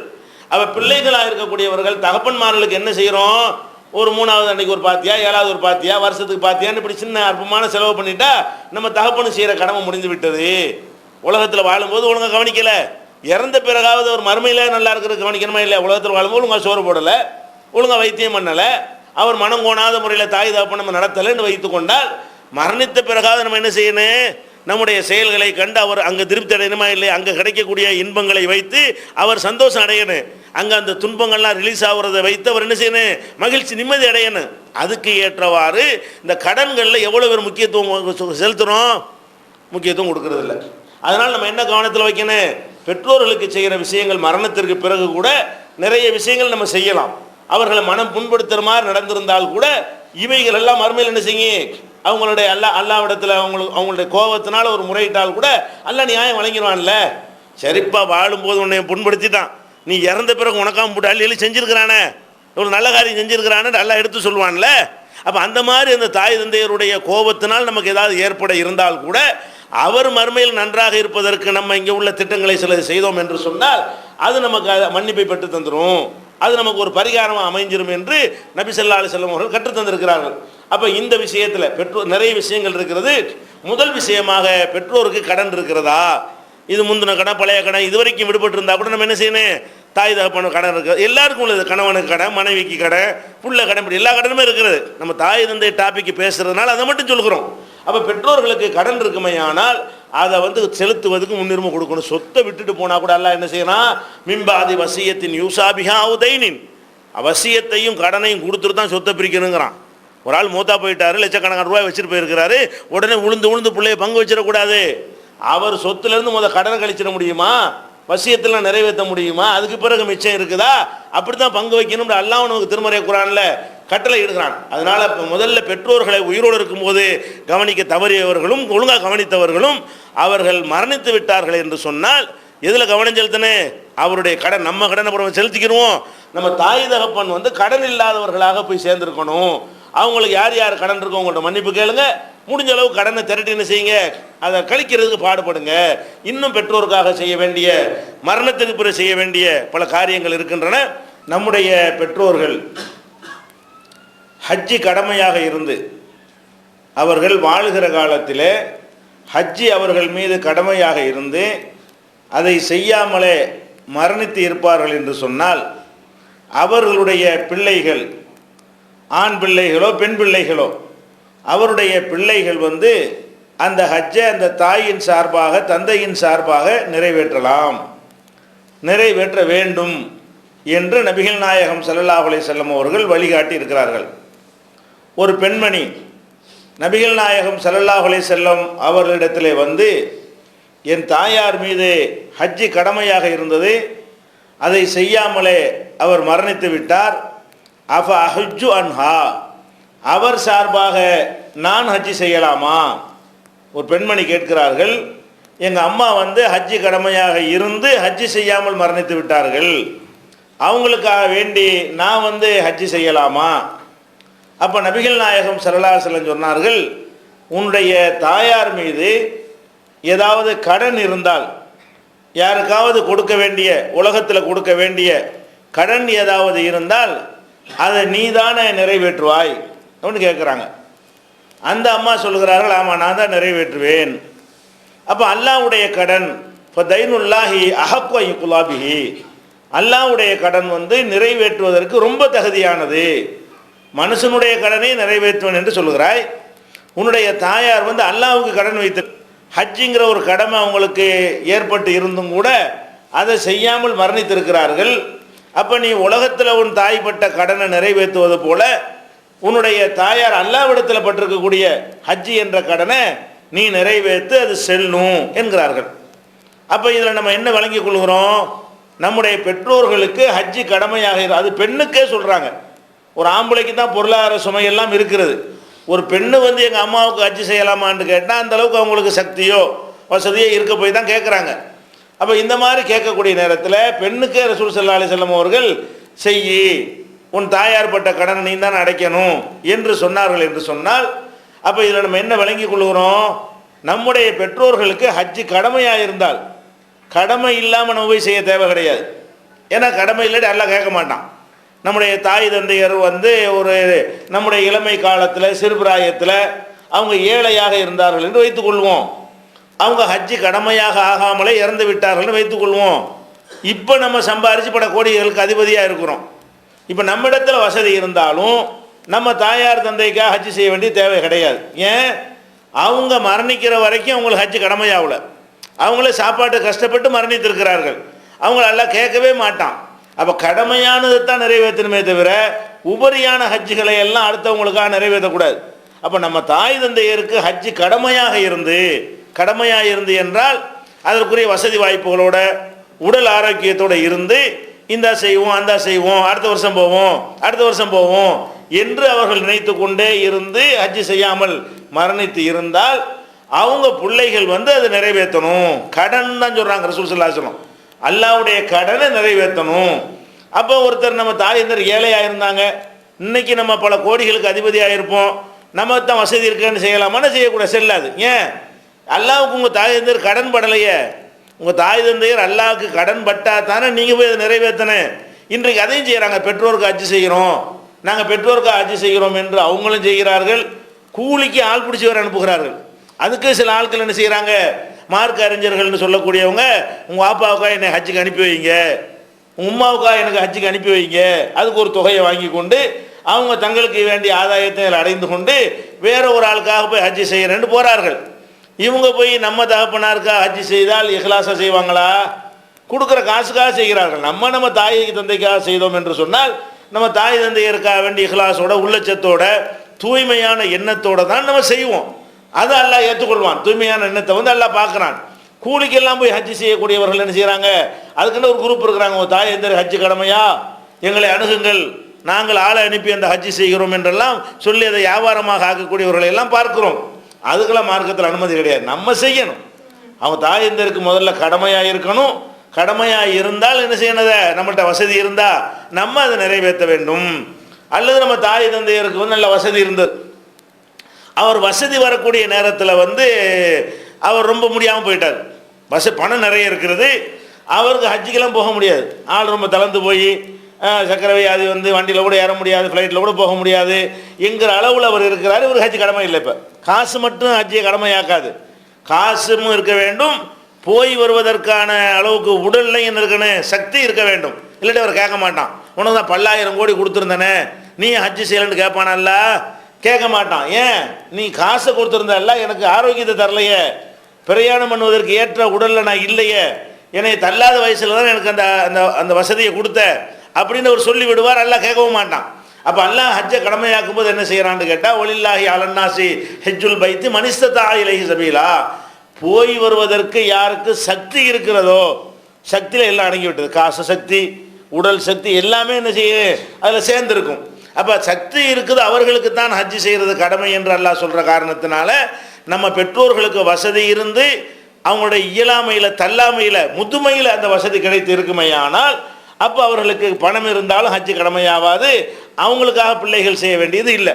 அப்படி இல்லாமல் இருப்பார்களே ஆனால் நம்முடைய தாய் தந்தையர்கள் மீது ஹஜ்ஜி ஏதாவது கடமை இருந்ததா, அவங்க மரணிக்கிற நேரத்தில் அதற்கான கெப்பாசிட்டியிலையும் அதற்கான தகுதியிலும் இருந்தார்களா என்று நம்ம பார்த்து அப்படி இருந்திருப்பார்களே ஆனால் கூலிக்கு ஆள் பிடிக்காம நம்மளே ஒரு நடப்பை என்ன செய்யணும், ஹஜ்ஜி செஞ்சு அந்த தாய் தந்தையருடைய கடனை நிறைவேற்றி விட வேண்டும். அதுக்கப்புறம் நம்ம ஹஜ்ஜையும் செஞ்சு கொள்ளலாம். முதல்ல தாய் தந்தையருடைய கடனை நிறைவேற்றி விட வேண்டும். இது மாதிரி இத்தனை பேர் பிள்ளைகள் வந்து பெற்றோருக்காக வேண்டி இப்படியெல்லாம் கவனம் எடுத்து சிரத்தை எடுத்து செய்கிறார்கள்னு கேட்டால் அதை செய்ய தயாராக இல்லை. குறுக்கோளியில் ஏதாவது இருந்தால் என்ன செய்கிறாங்க, செய்கிறதுக்கு முன் வருகிறார்களே தவிர மரணித்த பிறகாவது அவங்களுக்கு நன்மைகள் சேரட்டும், அல்லாவிடத்தில் குற்றவாளி இல்லாமல் போகட்டும் என்பதில் அக்கறை செலுத்த மாட்டேங்கிறாங்க. அதே மாதிரி ஹஜ்ஜி மாதிரியே நோன்பு என்பது தொழுகை மட்டும்தான் கிடையாது. தொழுகை வாப்பா வந்து ஒரு வருஷம் தொழுவலை, அதுக்காக புள்ள தொழுவலாமான்னா தொழ முடியாது. ஏன் சொல்ல முடியாது? தொழுகைங்கிற கடமை வந்து நேரம் குறிப்பிடப்பட்ட கடமை. நேரம் பாஸ் ஆகிட்டு அவரே தொழ முடியாது.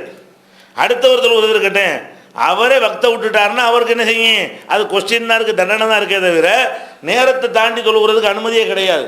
இன்ன சலாத்த காண தலல் மூமினின கிதாபு மௌகூதா. தொழுகை என்பது மூமின்களுக்கு நேரம் குறிப்பிடப்பட்ட கடமை. அந்த நேரத்தை மிஸ் பண்ணக்கூடாது என்பதற்காக தான் எல்லாம் என்ன பண்ணுறான், தொழுகையில் கூட சலுகைகளை வைக்கிறான், நேரத்தில் சலுகை தர மாட்டேங்கிறான்.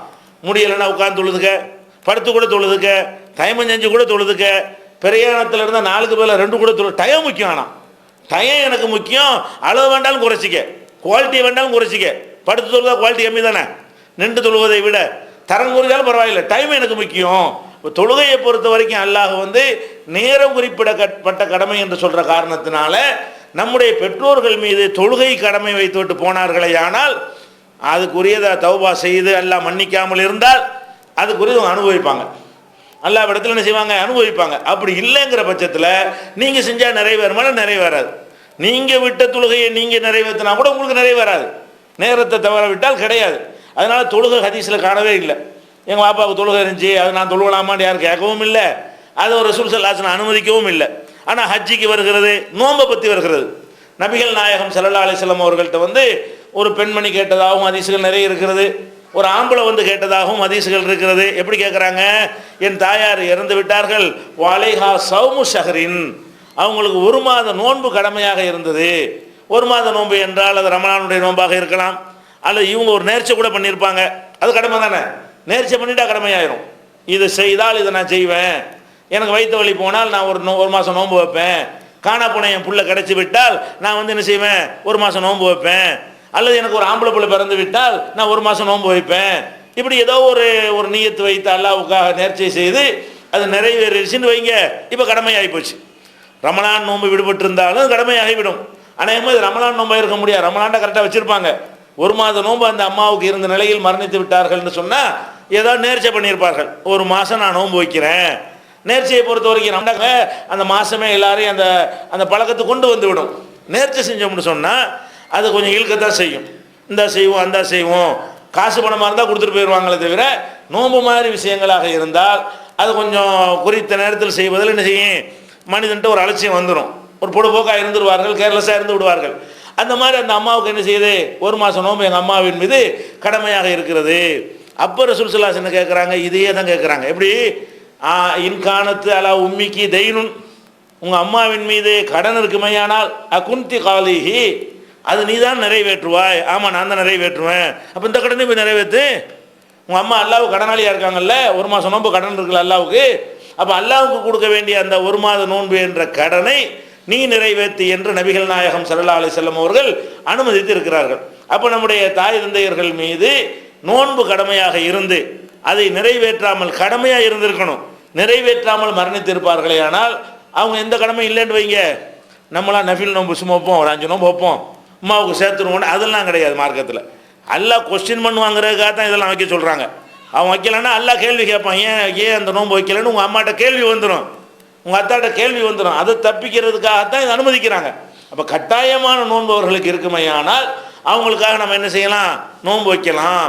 இன்னும் சொல்ல போனால் நபிகள் நாயகம் ஸல்லல்லாஹு அலைஹி வஸல்லம் சொன்னார்கள், மன்மாத்தவ அலைஹி சௌமுன் சாம அன்ஹு வலியுஹு, யார் ஒருத்தருக்கு நோன்பு கடமையாக இருக்கும் நிலையில் மரணித்து விடுகிறாரோ அவருடைய வாரிசுகள், அவருடைய நெருங்கிய உறவினர்கள் அவர் சார்பாக நோன்பு நோக்க வேண்டும். இப்போ நோன்பு வைக்கணும். இது எத்தனை பேர் வைக்கிறாங்க, எத்தனை பேர் மரணிக்கிறார்கள்? கண்டிப்பாக நோன்பு இருக்கத்தானே செய்யும். தாயார் மரணித்தா கூட அவங்க மேலே நோன்பு இருக்குது நமக்கெல்லாம் தெரியும். தகப்பனார் மரணித்திருப்பார், நோன்பு விட்டுருப்பார்னு தெரியும். அதை செய்ய யார் முன் வரல? கஷ்டமாக இருக்கும்ல, நோன்புங்கிற சிரமமாக இருக்கும் இல்லையா? இதை சுமந்துக்கிறதுக்கு யாரும் தயாராக இல்லை. ஊரெலாம் வளர்ச்சி பிரியாணி போட்டு பாத்தியா ஓதி 40 அந்த கத்தம் செய்வதற்கெல்லாம் ரெடியாக இருக்கிறார்கள். குரானை வச்சு அஜர்த்துமாரெலாம் கொண்டாந்து ஓத வைத்து இதெல்லாம் கஷ்டமில்லாத வேலை, இதை செய்ய ரெடியாக இருக்கிறாங்க. ஆனால் இது மார்க்கத்தில் இல்லை. இதுக்கு மார்க்கத்தில் எந்த நன்மையும் கிடைக்காது. பெற்றோருக்கு எந்த ஒரு குற்றம் வேண்டாம் இவருக்கு சேருமே தவிர பெற்றோருக்கு ஒரு நன்மையும் கிடைக்காது. அப்போ அல்லாஹ் ரசூலும் காட்டாத விஷயங்களை எல்லாம் பெற்றோருக்கு செய்கிறார்கள். அல்லாஹ் ரசூலும் காட்டி தந்த ஒரு விஷயத்தை செய்வதற்கு இவங்க என்ன இல்லை, தயாராக இல்லை. அப்போ நோன்பையும் அதே மாதிரி செய்யலாம். நோன்பு இல்லாமல், அதாவது ஹஜ்ஜி நோன்பு இல்லாமல் ஒருத்தர் நேர்ச்சை எது வேண்டாலும் நேர்ச்சை பண்ணலாம். நேர்ச்சை செய்வது வந்து தொழுகை நோன்பை நேர்ச்சை செய்யலாம், வேறு என்னமாவது ஒரு நேர்ச்சை செய்திருக்கலாம். அந்த மாதிரியான நேர்ச்சை ஏதாவது இருக்குமே ஆனால் அது தொழுகையாக இருந்தாலும் சரி. என்ன நேர்ச்சையுடைய தொழுகைக்கு வந்து டைம் கிடையாது. இவராக என்ன செய்கிறாரு, எனக்கு இந்த காரியம் நிறைவேறினால் நான் 2 ரக்காத் தொழுகிறேன்னா இதுக்கு என்ன டைம், அவருக்கு வாய்ப்பு உள்ளதான் டைம். அல்லாஹ் கடமையாக்கின 5 வேளை தொழுகைக்கு தான் அடுத்த ஆள் செய்ய முடியாது. நேர்ச்சையில் அவர் ஒருத்தர் தன்மீது நினைஞ்சிட்டாரு, நான் இந்த காரியம் நிறைவேறுமையானால் நான் ஒரு 10 ரக்காத் தொழுவேன், அல்லது டெய்லி 2 ரக்காத் ஒரு 5 நாளைக்கு தொழுவேன். இவர் எப்படி முடிவு செய்கிறாரோ அந்த மாதிரி முடிவு செய்து கொண்டாரையானால் அவர் இறந்து போய்விட்டார். தொழுவேன்னு சொல்லிட்டு நினைஞ்சிட்டாரு, அவர் தொழாமல் இறந்து போய்விட்டார். அல்லது ஒரு 10 ஏழைக்கு சோறு கொடுப்பேன், ஒரு ஆட்டை எடுத்து தர்மம் செய்வேன், அல்லது வந்து பள்ளிவாசலுக்கு 1000 ரூபா கொடுப்பேன், அல்லது மாரசாக்கு 10,000 ரூபா கொடுப்பேன், இப்படி ஏதோ ஒன்று நல்ல காரியங்களுக்காக என்ன செய்கிறாரு, ஒருத்தர் நேர்ச்சை பண்ணுறாரு. எனக்கு இந்த காரியம் நிறைவேறி விடுமையானால் நோன்பு வைப்பேன், அது செய்வேன், இது செய்வேன். எந்த விதமான வணக்கமாக இருக்கும் மார்க்கத்தில் எதெல்லாம் வணக்கம் என்று அறியப்பட்டிருக்கிறதோ ஆதாரம் இருக்கிறதோ அந்த மாதிரி காரியத்தை செய்வதாக நம்முடைய பெற்றோர்கள் நேர்ச்சை செய்து விட்டு மரணித்து விடுவார்களேயானால் அதை வந்து வாரிசுகள் நிறைவேற்றணும். மண்மாத்த அலைகி நதுரும், யார் வந்து அவருடைய நேர்ச்சை தன் மீது இருக்கிற நிலையில் மரணித்து விடுகிறாரோ அவர் சார்பாக அவருடைய வாரிசுகள் வந்து நிறைவேற்றட்டும். இப்படியும் நபிகள் நாயகம் ஸல்லல்லாஹு அலைஹி வஸல்லம் வழிகாட்டி இருக்கிறார். அம்மா அப்பா நேர்ச்சியை செஞ்சு தானே இருப்பாங்க, அதெல்லாம் விசாரிக்கணும். அம்மா ஏதாவது நேர்ச்சை பண்ணியிருக்காங்களா, அப்பா வாப்பா ஏதாவது நேர்ச்சை பண்ணியிருக்கிறாங்களா, நிறைவேற்றாம மூத்தா போயிட்டாங்களா. கண்டிப்பாக அவர் நேர்ச்சை பண்ணுறவருக்கு இது ஒரு கடமை இருக்கிறது. சொல்லணும், அப்போ தான் தெரியும். நம்மளை மனசில் நேர்ச்சை பண்ணிக்கிட்டு மூத்தா போயிட்டோம்னா அப்புறம் அல்லாட்ட குற்றவாளியை நின்றுவோம். நம்ம ஒரு நேர்ச்சை பண்ணினா கூட நம்ம என்ன செய்யணும், இதை ஒரு குடும்பத்தாட்டையே சொல்லணும். ஒரு ஆணோ பெண்ணோ நேர்ச்சை செய்து விட்டார்களே ஆனால் நம்ம அந்த நேர்ச்சியை நிறைவேற்றி விட்டால் பிரச்சனை இல்லை. நிறைவேற்றாம மூத்தா போயிட்டோம்னு சொன்னால் அல்லாஹ் கேட்பான், நம்ம வாரிசுகளுக்கு தெரியாது, நிறைவேற்ற மாட்டாங்க அப்படிங்கிறதெல்லாம் பயந்து இதில் நம்ம விளைவிக்கிற வேண்டிய பாடம் என்ன, நம்மளே நேர்ச்சி ஏதாவது பண்ணணும்னு சொன்னால் அதை உடனே என்ன செய்யணும், இன்னைக்கு நேர்ச்சை பண்ண நாளைக்கு மூத்தா போயிடலாம்ல. இன்னைக்கு நேர்ச்சை பண்ணுற நாளைக்கு மூத்தா போயிட்டோம்னா அந்த நேர்ச்சி நம்ம தலையில் இருக்க தானே செய்யும். அப்போ அதுக்கு ஏற்றவாறு என்ன செய்யும், பிள்ளைகள்ட்ட சொல்லிட்டு போயிடணும். குடும்பத்தாட்ட என்ன செய்யணும், இந்த மாதிரி ஒரு நேர்ச்சை பண்ணியிருக்கிறேன் அப்படின்னு எல்லாத்தையும் சொல்லிட்டோம்னு சொன்னால் நிறைவேற்றினா எல்லாருக்கும் தெரிஞ்சு போயிடும். நிறைவேற்றலைன்னு சொன்னால் என்ன செய்வாங்க, அவங்க நிறைவேற்றிக்கிடுவாங்க. நிறைவேற்றி முடிச்சுட்டு கூட சொல்லிடலாம். சில விஷயங்கள் நிறைவேற்ற நோன்பு வைக்கிறா நேர்ச்சி பண்ணுவோம், நோன்பு வச்சுருவோமா, இந்த பண்ணி நேர்ச்சி பண்ணல நிறைவேற்றினேன். அப்போ இதெல்லாம் வந்து மறுமைக்கு பயந்து நம்ம அந்த நேர்ச்சிகள் நாம் நிறைவேற்றாவிட்டால் நம்ம வாரிசுகள் நிறைவேற்றணும் என்ற பொறுப்புணர்வு இருக்குமே. ஆனால் இந்த நேர்ச்சியை சொன்னால் தான் வாரிசுகள் நிறைவேற்றுவாங்க. எத்தனையோ குடும்பங்களில் நோன்பு வச்சு வைக்காது தெரியாது, தாப்பம் வச்சு பிள்ளைக்கு தெரியாது, புள்ள வச்சு தாப்பன்னு தெரியாது. அந்த மாதிரிலாம் தனித்தனியாக கூட இருப்பார்கள். அதெல்லாம் கவனத்தில் கொண்டு என்ன செய்யணும், இதை செய்யலாம். இதுக்கு ஆதாரம் இருக்கிறது. இது போக கடமை இல்லாத விஷயங்களை செய்கிறதா இருந்தால் 2 விஷயம் நீங்கள் செய்யலாம். இதெல்லாம் கடமை. அந்த இறந்து போன மனிதன் கண்டிப்பாக செய்ய வேண்டிய கடமைகளுக்கு வந்து வாரிசுகள் செய்யலாம். கடமையே இல்லாமல் நீங்களாக விரும்பி உபரியாக செய்வதாக இருந்தால் 2 காரியங்களை செய்யலாம். 2 காரியம் என்ன, உபாதா ரலியல்லாஹு அன்ஹு அவர்கள் வந்து நபிகள் நாயகம் ஸல்லல்லாஹு அலைஹி வஸல்லம் அவங்கள்ட்ட வந்து ஒரு கேள்வி கேட்குறாங்க. அல்லாஹ்வுடைய தூதரே, நான் வந்து வெளியூருக்கு போயிருந்தேன், வெளியூருக்கு போயிருக்கும் பொழுது எங்கள் அம்மா இறந்து போயிட்டாங்க, நான் ஊரில் இல்லை, எங்கள் அம்மா இறந்து போகும்போது நான் ஊரில் இல்லை, வெளியூருக்கு போயிட்டேன், வந்து பார்த்தா அம்மா மூத்தா போயிட்டாங்கன்னு சொல்கிறாங்க. இப்போ எனக்கு வந்து அவங்களுக்கு ஏதாவது செய்யணும்னு ஆசைப்பட்றேன், எங்கள் அம்மாவுக்காக வேண்டி நான் ஏதாவது செய்தால் எனக்கு நன்மை கிடைக்குமா, ஏதாவது நான் செய்யலாமா அப்படின்னு கேட்கும் பொழுது அப்போ நபிகள் நாயகம் ஸல்லல்லாஹு அலைஹி வஸல்லம் சொல்கிறாங்க, அவங்க சார்பாக தர்மம் செய்யி. தர்மங்கிறது கடமையெல்லாம் ஒன்றும் கிடையாது. இவர் ஸ்பாட்டில் கூட இல்லை, அம்மா இறந்து போயிட்டாங்க. இறந்தவனு என்ன நினைக்கிறாரு, நம்மளால் நம்ம அம்மாவுக்கு ஏதாவது மறுமையில் கிடைச்சா பரவாயில்லையே, நம்ம என்ன செய்வோம், அதுக்கு ஏதாவது மார்க்கத்தில் வழி இருக்குதா என்று நபிகள் நாயகம் ஸல்லல்லாஹு அலைஹி வஸல்லம் அவங்கள்ட்ட அந்த சஹாபி கேட்கும்போது என்ன செய்கிறாங்க, பொத்த சத்தகான்ஹா, நீ உன் தாயின் பேரில் என்ன செய்ய, நீ தர்மத்தை செய்யி. தர்மம்னா நம்மளாக விரும்பி செய்கிறது, இது ரொம்ப விரிந்த அர்த்தம் உள்ளதுங்க. தர்மம் என்ன வேணாலும் செய்யலாம். இது வந்து இன்னைக்கு யாருக்கும் கஷ்டமில்லாத வேலை. இது தாய் தகப்பனுக்கு கடமையாக இருந்துச்சான்லாம் விசாரிக்க வேண்டிய தேவையே இல்லை. நம்ம எல்லாருக்கும் தாய் தகப்பன் இருக்கிறாங்க. இது நம்மளில் பல பேருடைய தாய் தகப்பன்மார்கள் இறந்து போயிருப்பார்கள், இனிமேல் இறக்க போவார்கள். அப்போ நம்ம என்ன வழங்கி வச்சுக்கிறேன், நம்முடைய தாய் தந்தையர்கள் இறந்திருப்பார்களே. ஆனால் எவ்வளோ நம்ம சம்பாதிக்கிறோம், எவ்வளோ காரியங்களுக்கு செலவு செய்கிறோம், நம்ம தாய் தகப்பனுடைய மறுமையில் ஏதாவது அவங்களுக்கு பயன்படணுமே. அதுக்கு நம்ம வருஷம் வருஷம் ஏதாவது செஞ்சால் என்ன, ஒரு மாதம் மாதம் ஏதாவது செஞ்சால் என்ன, நினைப்பு வரும்போதெல்லாம் ஏதாவது செஞ்சால் என்ன, நிரந்தரமாக ஏதாவது செஞ்சால் என்ன, அப்படி நினைத்து கொண்டு உங்களுக்கு நன்மைக்காக ஏதாவது தர்மம் செஞ்சீங்கன்னு சொன்னால், உங்கள் வாப்பா நன்மைக்கும் செஞ்சீங்க. ஒரு 1000 ரூபா தர்மம் செஞ்சீங்களா, இறைவா இந்த 500 ரூபா என் தகப்பனாருக்காக நான் தர்மம் செய்கிறேன், இந்த 500 ரூபா என்னுடைய நன்மைக்காக நான் செய்கிறேன். ஒரு பள்ளிவாசலுக்கு ரூபா கொடுக்குறீங்களா, அதில் பாதி பாப்பா கொடுங்களேன், பாதி அம்மா கொடுங்களேன். இறந்து போயிருந்தாங்கன்னு சொன்னால் அவங்களுக்கு நீங்கள் தர்மம் கொடுத்தீங்கன்னா அவங்களே அந்த பள்ளி வாசலுக்கு ரூபா கொடுத்த மாதிரி, அவங்களே அந்த மதரசாவுக்கு ரூபா கொடுத்து. எத்தனை பேர் இதை செய்கிறோம்? மெனக்கட்டு செய்யலாமா? தாய் தந்தையரை ஒழுங்காக கவனிக்கலன்னு எவ்வளோ பேர் கவலைப்படுறோம். அந்த மாதிரி ஆட்கள்லாம் இருப்பாங்க. நம்ம தாய் தந்தையரை அந்த ஒழுங்காக கவனிக்காமல் விட்டுட்டோம். சின்ன வயசில் தாய் தந்தையர் இழந்திருப்பாங்க. தாய் தந்தையர் ஒன்றும் செய்ய முடியலைங்கிற ஏக்கம் அந்த மாதிரி பிள்ளைகளுக்கெல்லாம் இருக்கத்தானே செய்யும். அவங்களாம் ஏங்க வேண்டியதில்லை. வேறு வழியில் அவங்களுக்கு என்ன செய்யலாம், நன்றி கடன் நிறைவேற்றலாம், மறுபடியும் அந்தஸ்தை உயர்த்தலாம். அப்போ நம்முடைய பொருளாதாரத்தை எல்லாம் தந்துருந்தான்னு சொன்னால் எத்தனை வீணானதுக்கெல்லாம் செலவழிக்கிறீங்கல்ல.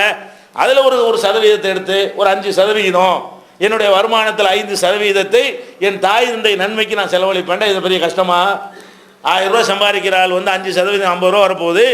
50 ரூபாய் மாதம் மாதம் கொடுங்களேன். எப்போலாம் உங்களுக்கு சம்பளம் கிடைக்கிறதோ அப்போதெல்லாம் ஒரு 5%, 2%, ஒரு 10% அவங்க உங்களுக்கு சக்திக்கு தகுந்தவாறு தேவைகளை எல்லாம் ஓரளவுக்கு நிறைவேற்றி கொண்டு எத்தனையோ இதுக்கு ஒரு பட்ஜெட் போட்ட வேண்டியதுதான். தொடர்ச்சி அவங்களுக்கு நன்மைகள் இருந்து தர்மம் செஞ்சுக்கிட்டே மௌத்தா போயிட்டு அமல் கிடச்சிக்கிட்டே இருக்கு. அவங்களுக்கு அவங்க இறந்து போயிட்டாங்க, அவங்களால தொழ முடியாது, அவங்களால நோன்பு வைக்க முடியாது, அவங்களால எந்த ஒரு இபாதத்து திக்ரு ஒன்றுமே செய்ய முடியாது. நீங்கள் தர்மம் செஞ்சீங்கன்னா அவங்க தர்மம் செஞ்சாங்கன்னு ஆகுது. தர்மத்தை நீங்கள் செய்கிறீங்க, அல்லாஹ்வுடைய கணக்கில் எல்லாவுது. அவங்க தர்மம் செஞ்சாங்கன்னு எழுதப்படுகிறது. மௌத்தா போயிட்டும் ஒருத்தன் தர்மம் செய்கிறேன்னு சாதாரண விஷயமா? அப்போ நீங்கள் வாழுகிற காலத்துலலாம் செஞ்சீங்கன்னு சொன்னால் அவருக்கு ஏதாவது மார்க்கு கம்மியாக இருந்தால் நரகத்துக்கு போகிற அளவுக்கு இருக்குன்னு வைங்க, அதிகமாக நன்மைகள் இல்லைன்னு வைங்க, இது போய் ஏற்றி விடும்ல, பாஸாக்கி விடுமா இல்லையா? அப்போ இந்த மாதிரியான வழிமுறைகள்லாம் இருக்குது. இதெல்லாம் செய்ய மாட்டேங்கிறான். சும்மா இல்லாத ஒன்றை உண்டாக்கி சோத்தாக்கி போட்டு பெருமைக்கு செய்கிறதுக்கு தான் இவன் தயாராக இருக்கிறானே தவிர பெற்றோர்களுக்கு இப்படி ஒரு வழி மார்க்கத்தில் இருக்க தானே செய்யுது. நம்ம தொடர்ச்சியாக இப்பவும் செய்யலாமே, இதை விடாமல் செய்யலாமே. அதை நினைத்து என்ன செய்யணும், பெற்றோர்களுக்காக வேண்டி நம்ம என்ன இதை விளம்பரம் பண்ணி நோட்டீஸ் அடிச்சுலாம் செய்ய வேண்டியதில்லை. நீங்கள் மனசில் நினச்சி கொடுத்தா போதும். என் பெற்றோருக்காக வைத்துக் கொள்ளுங்கன்னு சொல்லிலாம் கொடுக்க வேண்டியதில்லை. நீங்கள் கொடுக்கும்போது மனசில் என்ன செய்யணும், இதனுடைய நன்மை என் பெற்றோருக்கு அல்லாஹ்வுக்கு தெரியும். எல்லாமே நீங்கள் என்ன நினைக்கிறீர்களோ அதை அவன் ரெக்கார்ட் பண்ணிக்கிடுவான். அப்போ என்ன மாதிரி நீங்கள் நினைக்கிறீர்களோ அது அல்லாஹ்வுக்கு தெரியும் என்ற காரணத்தினால் நிறைய தர்மங்கள் செய்யுங்க. பெற்றோருக்காக என்ன செய்யுங்க, ஒன்றும் செய்யாதவர்கள் நிறைய அதிகமான தர்மங்களை செய்து அவங்க இறந்த பிறகும் அமல் செய்யக்கூடியவர்களாக, இறந்த பிறகும் அவருடைய மறுமையுடைய அந்தஸ்தை உயர்த்தி கொள்ளக்கூடியவர்களாக நம்ம என்ன செய்யணும், ஆக்குறது பிள்ளைகளுடைய கடமை. இதை நம்ம செய்ய வேண்டும். அடுத்து என்ன, இது கட்டாயம் கிடையாது, தர்மம் என்பதனால விரும்பி செய்கிறது தான். ஆனால் இது பயன் தரும், கடமை இல்லாத விஷயமா இருந்தாலும் பெற்றோருக்கு நன்மை தரும் என்று நபி ஸல்லல்லாஹு அலைஹி வஸல்லம் சொல்கிறாங்க. அதே மாதிரி துவா செய்வது. அடுத்து என்ன, ரெண்டாவது விஷயம், துவா செஞ்சுட்டு துவா செய்கிறோன்னு வைங்க, பிள்ளைக்கு செய்கிற துவா பெற்றோருக்கு ரொம்ப பயன் தரும். நபிகள் நாயகம் ஸல்லல்லாஹு அலைஹி வஸல்லம் சொன்னாங்க, இதா மாத்தல் இன்சானு, ஒரு மனிதன் இறந்து விட்டான் என்று சொன்னால் இன்கத அன்ஹு அமலுஹு, அவனுடைய அமல் எல்லாம் முடிந்து போய் விடுகிறது. இறந்துட்டா அமல் செய்ய முடியுமா? மூத்தா போய்ட்டு ஒன்றுமே செய்ய முடியாது, அசைய கூட முடியாது. ஆனால் இல்லாமின் சலாசின், 3 காரியங்களை தவிர 3 காரியங்கள் இறந்த பிறகும் இவருக்கு என்ன செய்யும், இவரே அமல் செய்வதாக கணக்கில் எடுத்துக்கொள்ளப்படும். இவர் போய் சேர்ந்திருப்பார், ஆனால் இவரே செய்வதாக 3 காரியத்தில் கணக்கு எடுக்கப்படும். அந்த 3 காரியம் என்ன, அவர் கற்றுக் கொடுத்துட்டு போன நல்ல கல்வி. ஒருத்தர் மூத்தா போகிறதுக்கு முன்னாடி மார்க்கத்தை எடுத்து சொல்லிட்டு தௌஹீதை எடுத்து சொல்லிட்டு போகிறாரு, குர்ஆன் அடிப்படையில் மக்களை வாழ செஞ்சுட்டு போயிட்டாரு. அவர் போயிட்டா கூட அவர் சொன்னதை கேட்டு உலகத்தில் எத்தனை பேர் நடக்கிறாங்கன்னு சொன்னால் அதனுடைய நன்மை அவருக்கு போய் சேர்ந்துக்கிட்டே இருக்கும். அவங்க அடுத்தவங்களுக்கு சொன்னாங்கன்னு வைங்க, அவர் போயிட்டாரு என்னமோ அவரே சொல்லிக்கிட்டு இருந்த மாதிரி, அவர் எழுதின புஸ்தகத்தை படித்து எத்தனை நேர்வழிக்கு வருவாங்க, அவருடைய பேச்சுக்களை கேட்டு எத்தனை நேர்வழிக்கு வருவாங்க. அவர் மூத்தா போயிருப்பார், பேச்செல்லாம் கேட்டுட்டு இருப்பாங்க இன்னைக்கு வரைக்கும். அப்போ அப்படிலாம் இருப்பார்களே. ஆனால் அவர் போயிட்டா கூட அவருடைய பேச்சு, எழுத்து, அவருடைய போதனை, அவருடைய வழிகாட்டுதலை கொண்டு எத்தனை பேர் எது வரைக்கும் நேர்வழி பெறுகிறார்களோ அப்போவெல்லாம் இவரே என்னமோ நேர்வழி காட்டினதாக எல்லாம் எழுதிக்கிட்டே இருப்பான். ஆள் போயிட்டாரு, ஆனால் அமல் நடந்துக்கிட்டே இருக்கிறது ஒன்று. ரெண்டாவது என்ன, சதகத்துன் ஜாரியா, நிலையான தர்மம். நிலையான தர்மத்தில் 2 வகை இருக்கிறது. சாப்பிட கொடுத்தோம், சாப்பிட்டா முடிஞ்சு வச்சு, அதாவது சாதாரண தர்மம். நிலையான தர்மம்டா என்ன? ஒருத்தன் சாப்பிடுவதற்காக வேண்டி ஒரு 1/2 ஏக்கர் நிலத்தை எழுதி வச்சு இதில் வரக்கூடிய வருமானத்தில் வர்றவங்கலாம் சாப்பாடு போட்டுகிட்டே இருக்கீங்கிறோம். நம்ம மூத்தா போனால் சாப்பாடு போட்டுகிட்டே இருப்பாங்க. ஒருத்தன் தண்ணி கேட்குறான், ஒரு டம்ளர் தண்ணி கொடுக்குறோம், இது சாதாரண தர்மம். ஒரு கிணறை வெட்டி போட்டு போனீங்கன்னா அது பாட்டு தண்ணி குடிச்சிட்டே இருப்பாங்க. ஒரு அடி பைப்பு வச்சுட்டு போனீங்கன்னு சொன்னால் அதுலேருந்து மக்கள் தண்ணி எடுத்துக்கிட்டே இருப்பாங்க. நம்ம போய் சேர்ந்துருவோம். எவனெல்லாம் அடித்து தண்ணி குடிக்கிறானோ அப்போல்லாம் நம்மளே தண்ணி கொடுத்த மாதிரி கணக்கு. நம்ம ஒரு கிணத்தை வெட்டி போட்டு மூத்தா போயிட்டோம்னு சொன்னால் நம்மளே இன்னும் அந்த மக்களுக்கு தண்ணி வாரி வாரி கொடுத்ததாக கணக்கு. அப்போ இறந்து போன பிறகு நம்மளே அமல் செய்வதாக கணக்கில் எடுக்க 2 விஷயமாச்சு. 3வது என்ன தெரியுமா? இந்த 2 நம்ம தான் செஞ்சுட்டு போகணும். நம்ம இறந்த பிறகு நம்மளே இதை உயிரோடு இருக்கும்போது செஞ்சுட்டு போனால் இறந்த பிறகு நம்ம நன்மையை செய்கிறோம் என்று கணக்கில் எடுத்துக்கொள்ளப்படும். 3வது என்ன என்று சொன்னால் வலதுன் சாலிஹுன் யதூலஹு. ஒரு மனிதன் தனக்காக துவா செய்யக்கூடிய சாலிகான பிள்ளையை விட்டு சென்றானேயானால் அவன் செய்கிற துவாக்கள் எல்லாம் அவனுக்கு போய் சேர்ந்துட்டு இருக்கும். யாரெல்லாம் எங்கள் பாப்பா மன்னிச்சிரு, எங்கள் அம்மா மன்னிச்சிரு, கபர் வேதனை லேசாக்கி வை, விசாரணையை கஷ்டமாக்கி விடாத, அது மாதிரி என்னென்ன மறுமை பாக்கியங்கள் இருக்கிறதோ அதை மையப்படுத்தி நீங்கள் ஒவ்வொரு தொழுகைக்கு பிறகும் மற்ற சாதாரண விரும்புகிற நேரத்தில் எல்லாம் தகஜத்தில் இரவுல இப்போலாம் டைம் கிடைக்கிறதோ அப்போல்லாம் நீங்கள் செய்தீர்களே ஆனால் அதுக்கு என்ன கிடைக்குது? அவருக்கு நன்மை கிடைச்சிக்கிட்டே இருக்கிறது. அவர் மூத்தா போயிட்டாரு, அவர் புள்ள உட்காந்து துவா செய்கிறான், அவருக்கு நன்மை கிடைக்கிறது. எத்தனை பேர் இது செய்கிறோம்? எத்தனை பேர் பெற்றோருக்காக வேண்டி இந்த மாதிரி ஏதாவது கேட்கட்டும் இன்னைக்கு போய் செய்வாங்க. நிறைய பேர் செய்வாங்க. இன்றைக்கி காதில் கேட்குறாங்களா, இன்றைக்கி மட்டும் சும்மா போய் அல்ல எங்கள் வாப்பாவுக்கு செய்யும், அதோடு சரி. அசருக்கு யாபம் இருக்குமா? மகரிபுக்கு யாபம் இருக்குமா? நம்ம பெற்றோருக்கு நம்ம வச்சுக்கிற கணக்கு என்னது? எவனாவது சொல்லி தந்தால் செய்கிறதுன்னு இருக்கீங்க, அது ஒரு கடமை ஆக்கிற வேண்டியதானே. உங்களுடைய அன்றாட வேலைகளில் ஒரு வேலை மாதிரி என்ன செய்யணும்? பெற்றோர்களையும் துவாவில் சேர்த்துக்கிற பெரிய கஷ்டம் முதலீடாக செய்ய போகிறீங்க. இதுக்காக வேண்டி ஒரு 4 நாளைக்கு பழகிட்டீங்கன்னா உங்கள் பழக்கமாக அதை ஆகிக்கிறோம். அப்போ தினசரி நம்ம எந்த துவா செய்தாலும் அதில் யாரையும் சேர்த்துக்கிறனே? நம்ம தாய் தந்தையரையும் சேர்த்துக்கொண்டு அவங்களுடைய மறுமையை பற்றியும் பேசணும் என்று சொன்னால் அவருடைய கிரேடு ஏறும். கஷ்டப்படாமல் கபூரில் எல்லாம் இந்த வயதிலிருந்து மீளக்கூடியவர் அவர் இருப்பார். மறுமையை எழுப்பும்போது இந்த மனுஷனுக்கு அவ்வளோ தரஜான்னு கேட்குற மாதிரி இருக்கும். நம்ம பாப்பா அம்மா கொஞ்சம் முன்ன பின்ன நடந்துருந்தாங்கன்னு வைங்க, நம்ம செய்கிற பிரார்த்தனைகள்னால அவருக்கு என்னவாயிரு? அந்தஸ்து ஏறி இவரெல்லாம் தேர மாட்டார்னு உலகத்தில் நினச்சாங்களே, சிறுக்கு மட்டும் வைக்காமல் இருந்தாங்கன்னு வைங்க, அவங்களாம் தேறிடுவாங்க. சிறுக்கு வைக்காமல் மூத்தா போயிட்டாங்க, அதிகமான நல்ல மல்கள்லாம் செய்யலை. அந்த மாதிரி நம்முடைய பெற்றோர்கள் இறந்துருப்பார்கள். ஏன்னா நம்முடைய துவாக்கள் என்ன செய்யும்? அப்படி எல்லாம் சொல்லுவானா, யாரெல்லாம் எனக்கு எப்படி இதை கொடுத்த இஸ்திக்பாரி வலதிக்கே லகு லக்க, உன் புள்ள உனக்காண்டி பாவ மன்னிப்பு கேட்டான்டா, அதுக்கு தாண்டா நல்லா சொல்லுவானா. அவனுக்கு அந்த அந்தஸ்தை கொடுக்கையில் அவனுக்கு நம்ப இயலாதான். எனக்கா நானும் உண்மை செய்யல, என்னையத்துக்கு சொர்க்கத்திற்கு வைக்கிற இவ்வளோ பெரிய தர்ஜா கொண்டே கொடுக்குறேன்டவன உனக்கு தரல, உன் புள்ள உனக்கா என்னஞ்சா பாவ மன்னிப்பு தேடிட்டே இருந்தான். அப்படி அவன் ஆச்சரியப்படுற அளவுக்கு நபி ஸல்லல்லாஹு அலைஹி வஸல்லம் சொல்கிறாங்க. அவனை வியந்து ஆச்சரியப்படுற அளவுக்கு அவனுடைய நன்மைகள் உயர்த்தப்படுது. எதனால் உயர்த்தப்படுது? பிள்ளைகள் பெற்றோருக்காக செய்கிற துவாவினால் உயர்த்தப்படுகிறது. அப்போ இதெல்லாம் கவனத்தில் கொண்டு பெற்றோருக்கு செய்கிற கடமைகள் என்ன செய்யணும்? அந்த கடமைகளை செய்ய முடியாட்டாலும் மறுமைக்காக உள்ள கடமைகளையும் அவங்களுக்கு நன்மை சேர்க்கிற காரியங்களையும் நம்ம என்ன செய்யணும்? கவனம் செலுத்த வேண்டும். இது போக பெற்றோர் அல்லாமல் மற்ற உறவினருக்கு செய்ய வேண்டிய கடமைகளும் இருக்கிறது. அதில் என்னென்ன உறவினர்களை எப்படி நடத்தி கொள்ள வேண்டும் என்ற விவரங்களை எல்லாம் இன்ஷா அல்லாஹ் அடுத்தடுத்த வாரம் பார்க்கலாம். மூன் பப்ளிகேஷன்ஸ் வெளியீடுகள்: இஸ்லாமிய அடிப்படை கல்வி, திருமுறையின் தோற்றுவாய், திருக்குரானில் அறிவியல் சான்றுகள் பாகம் 1, அர்த்தமுள்ள கேள்விகளும் அறிவுபூர்வமான பதில்களும், குரான் கூறும் ஓரிரை கொள்கை, நபி வழியில் தொழுகை சட்டங்கள், மாமனிதர் நபிகள் நாயகம், குரான் மட்டும் போதுமா, ஹதீஸ்கள் குரானுக்கு முரண்படுமா, அழகிய இஸ்லாமிய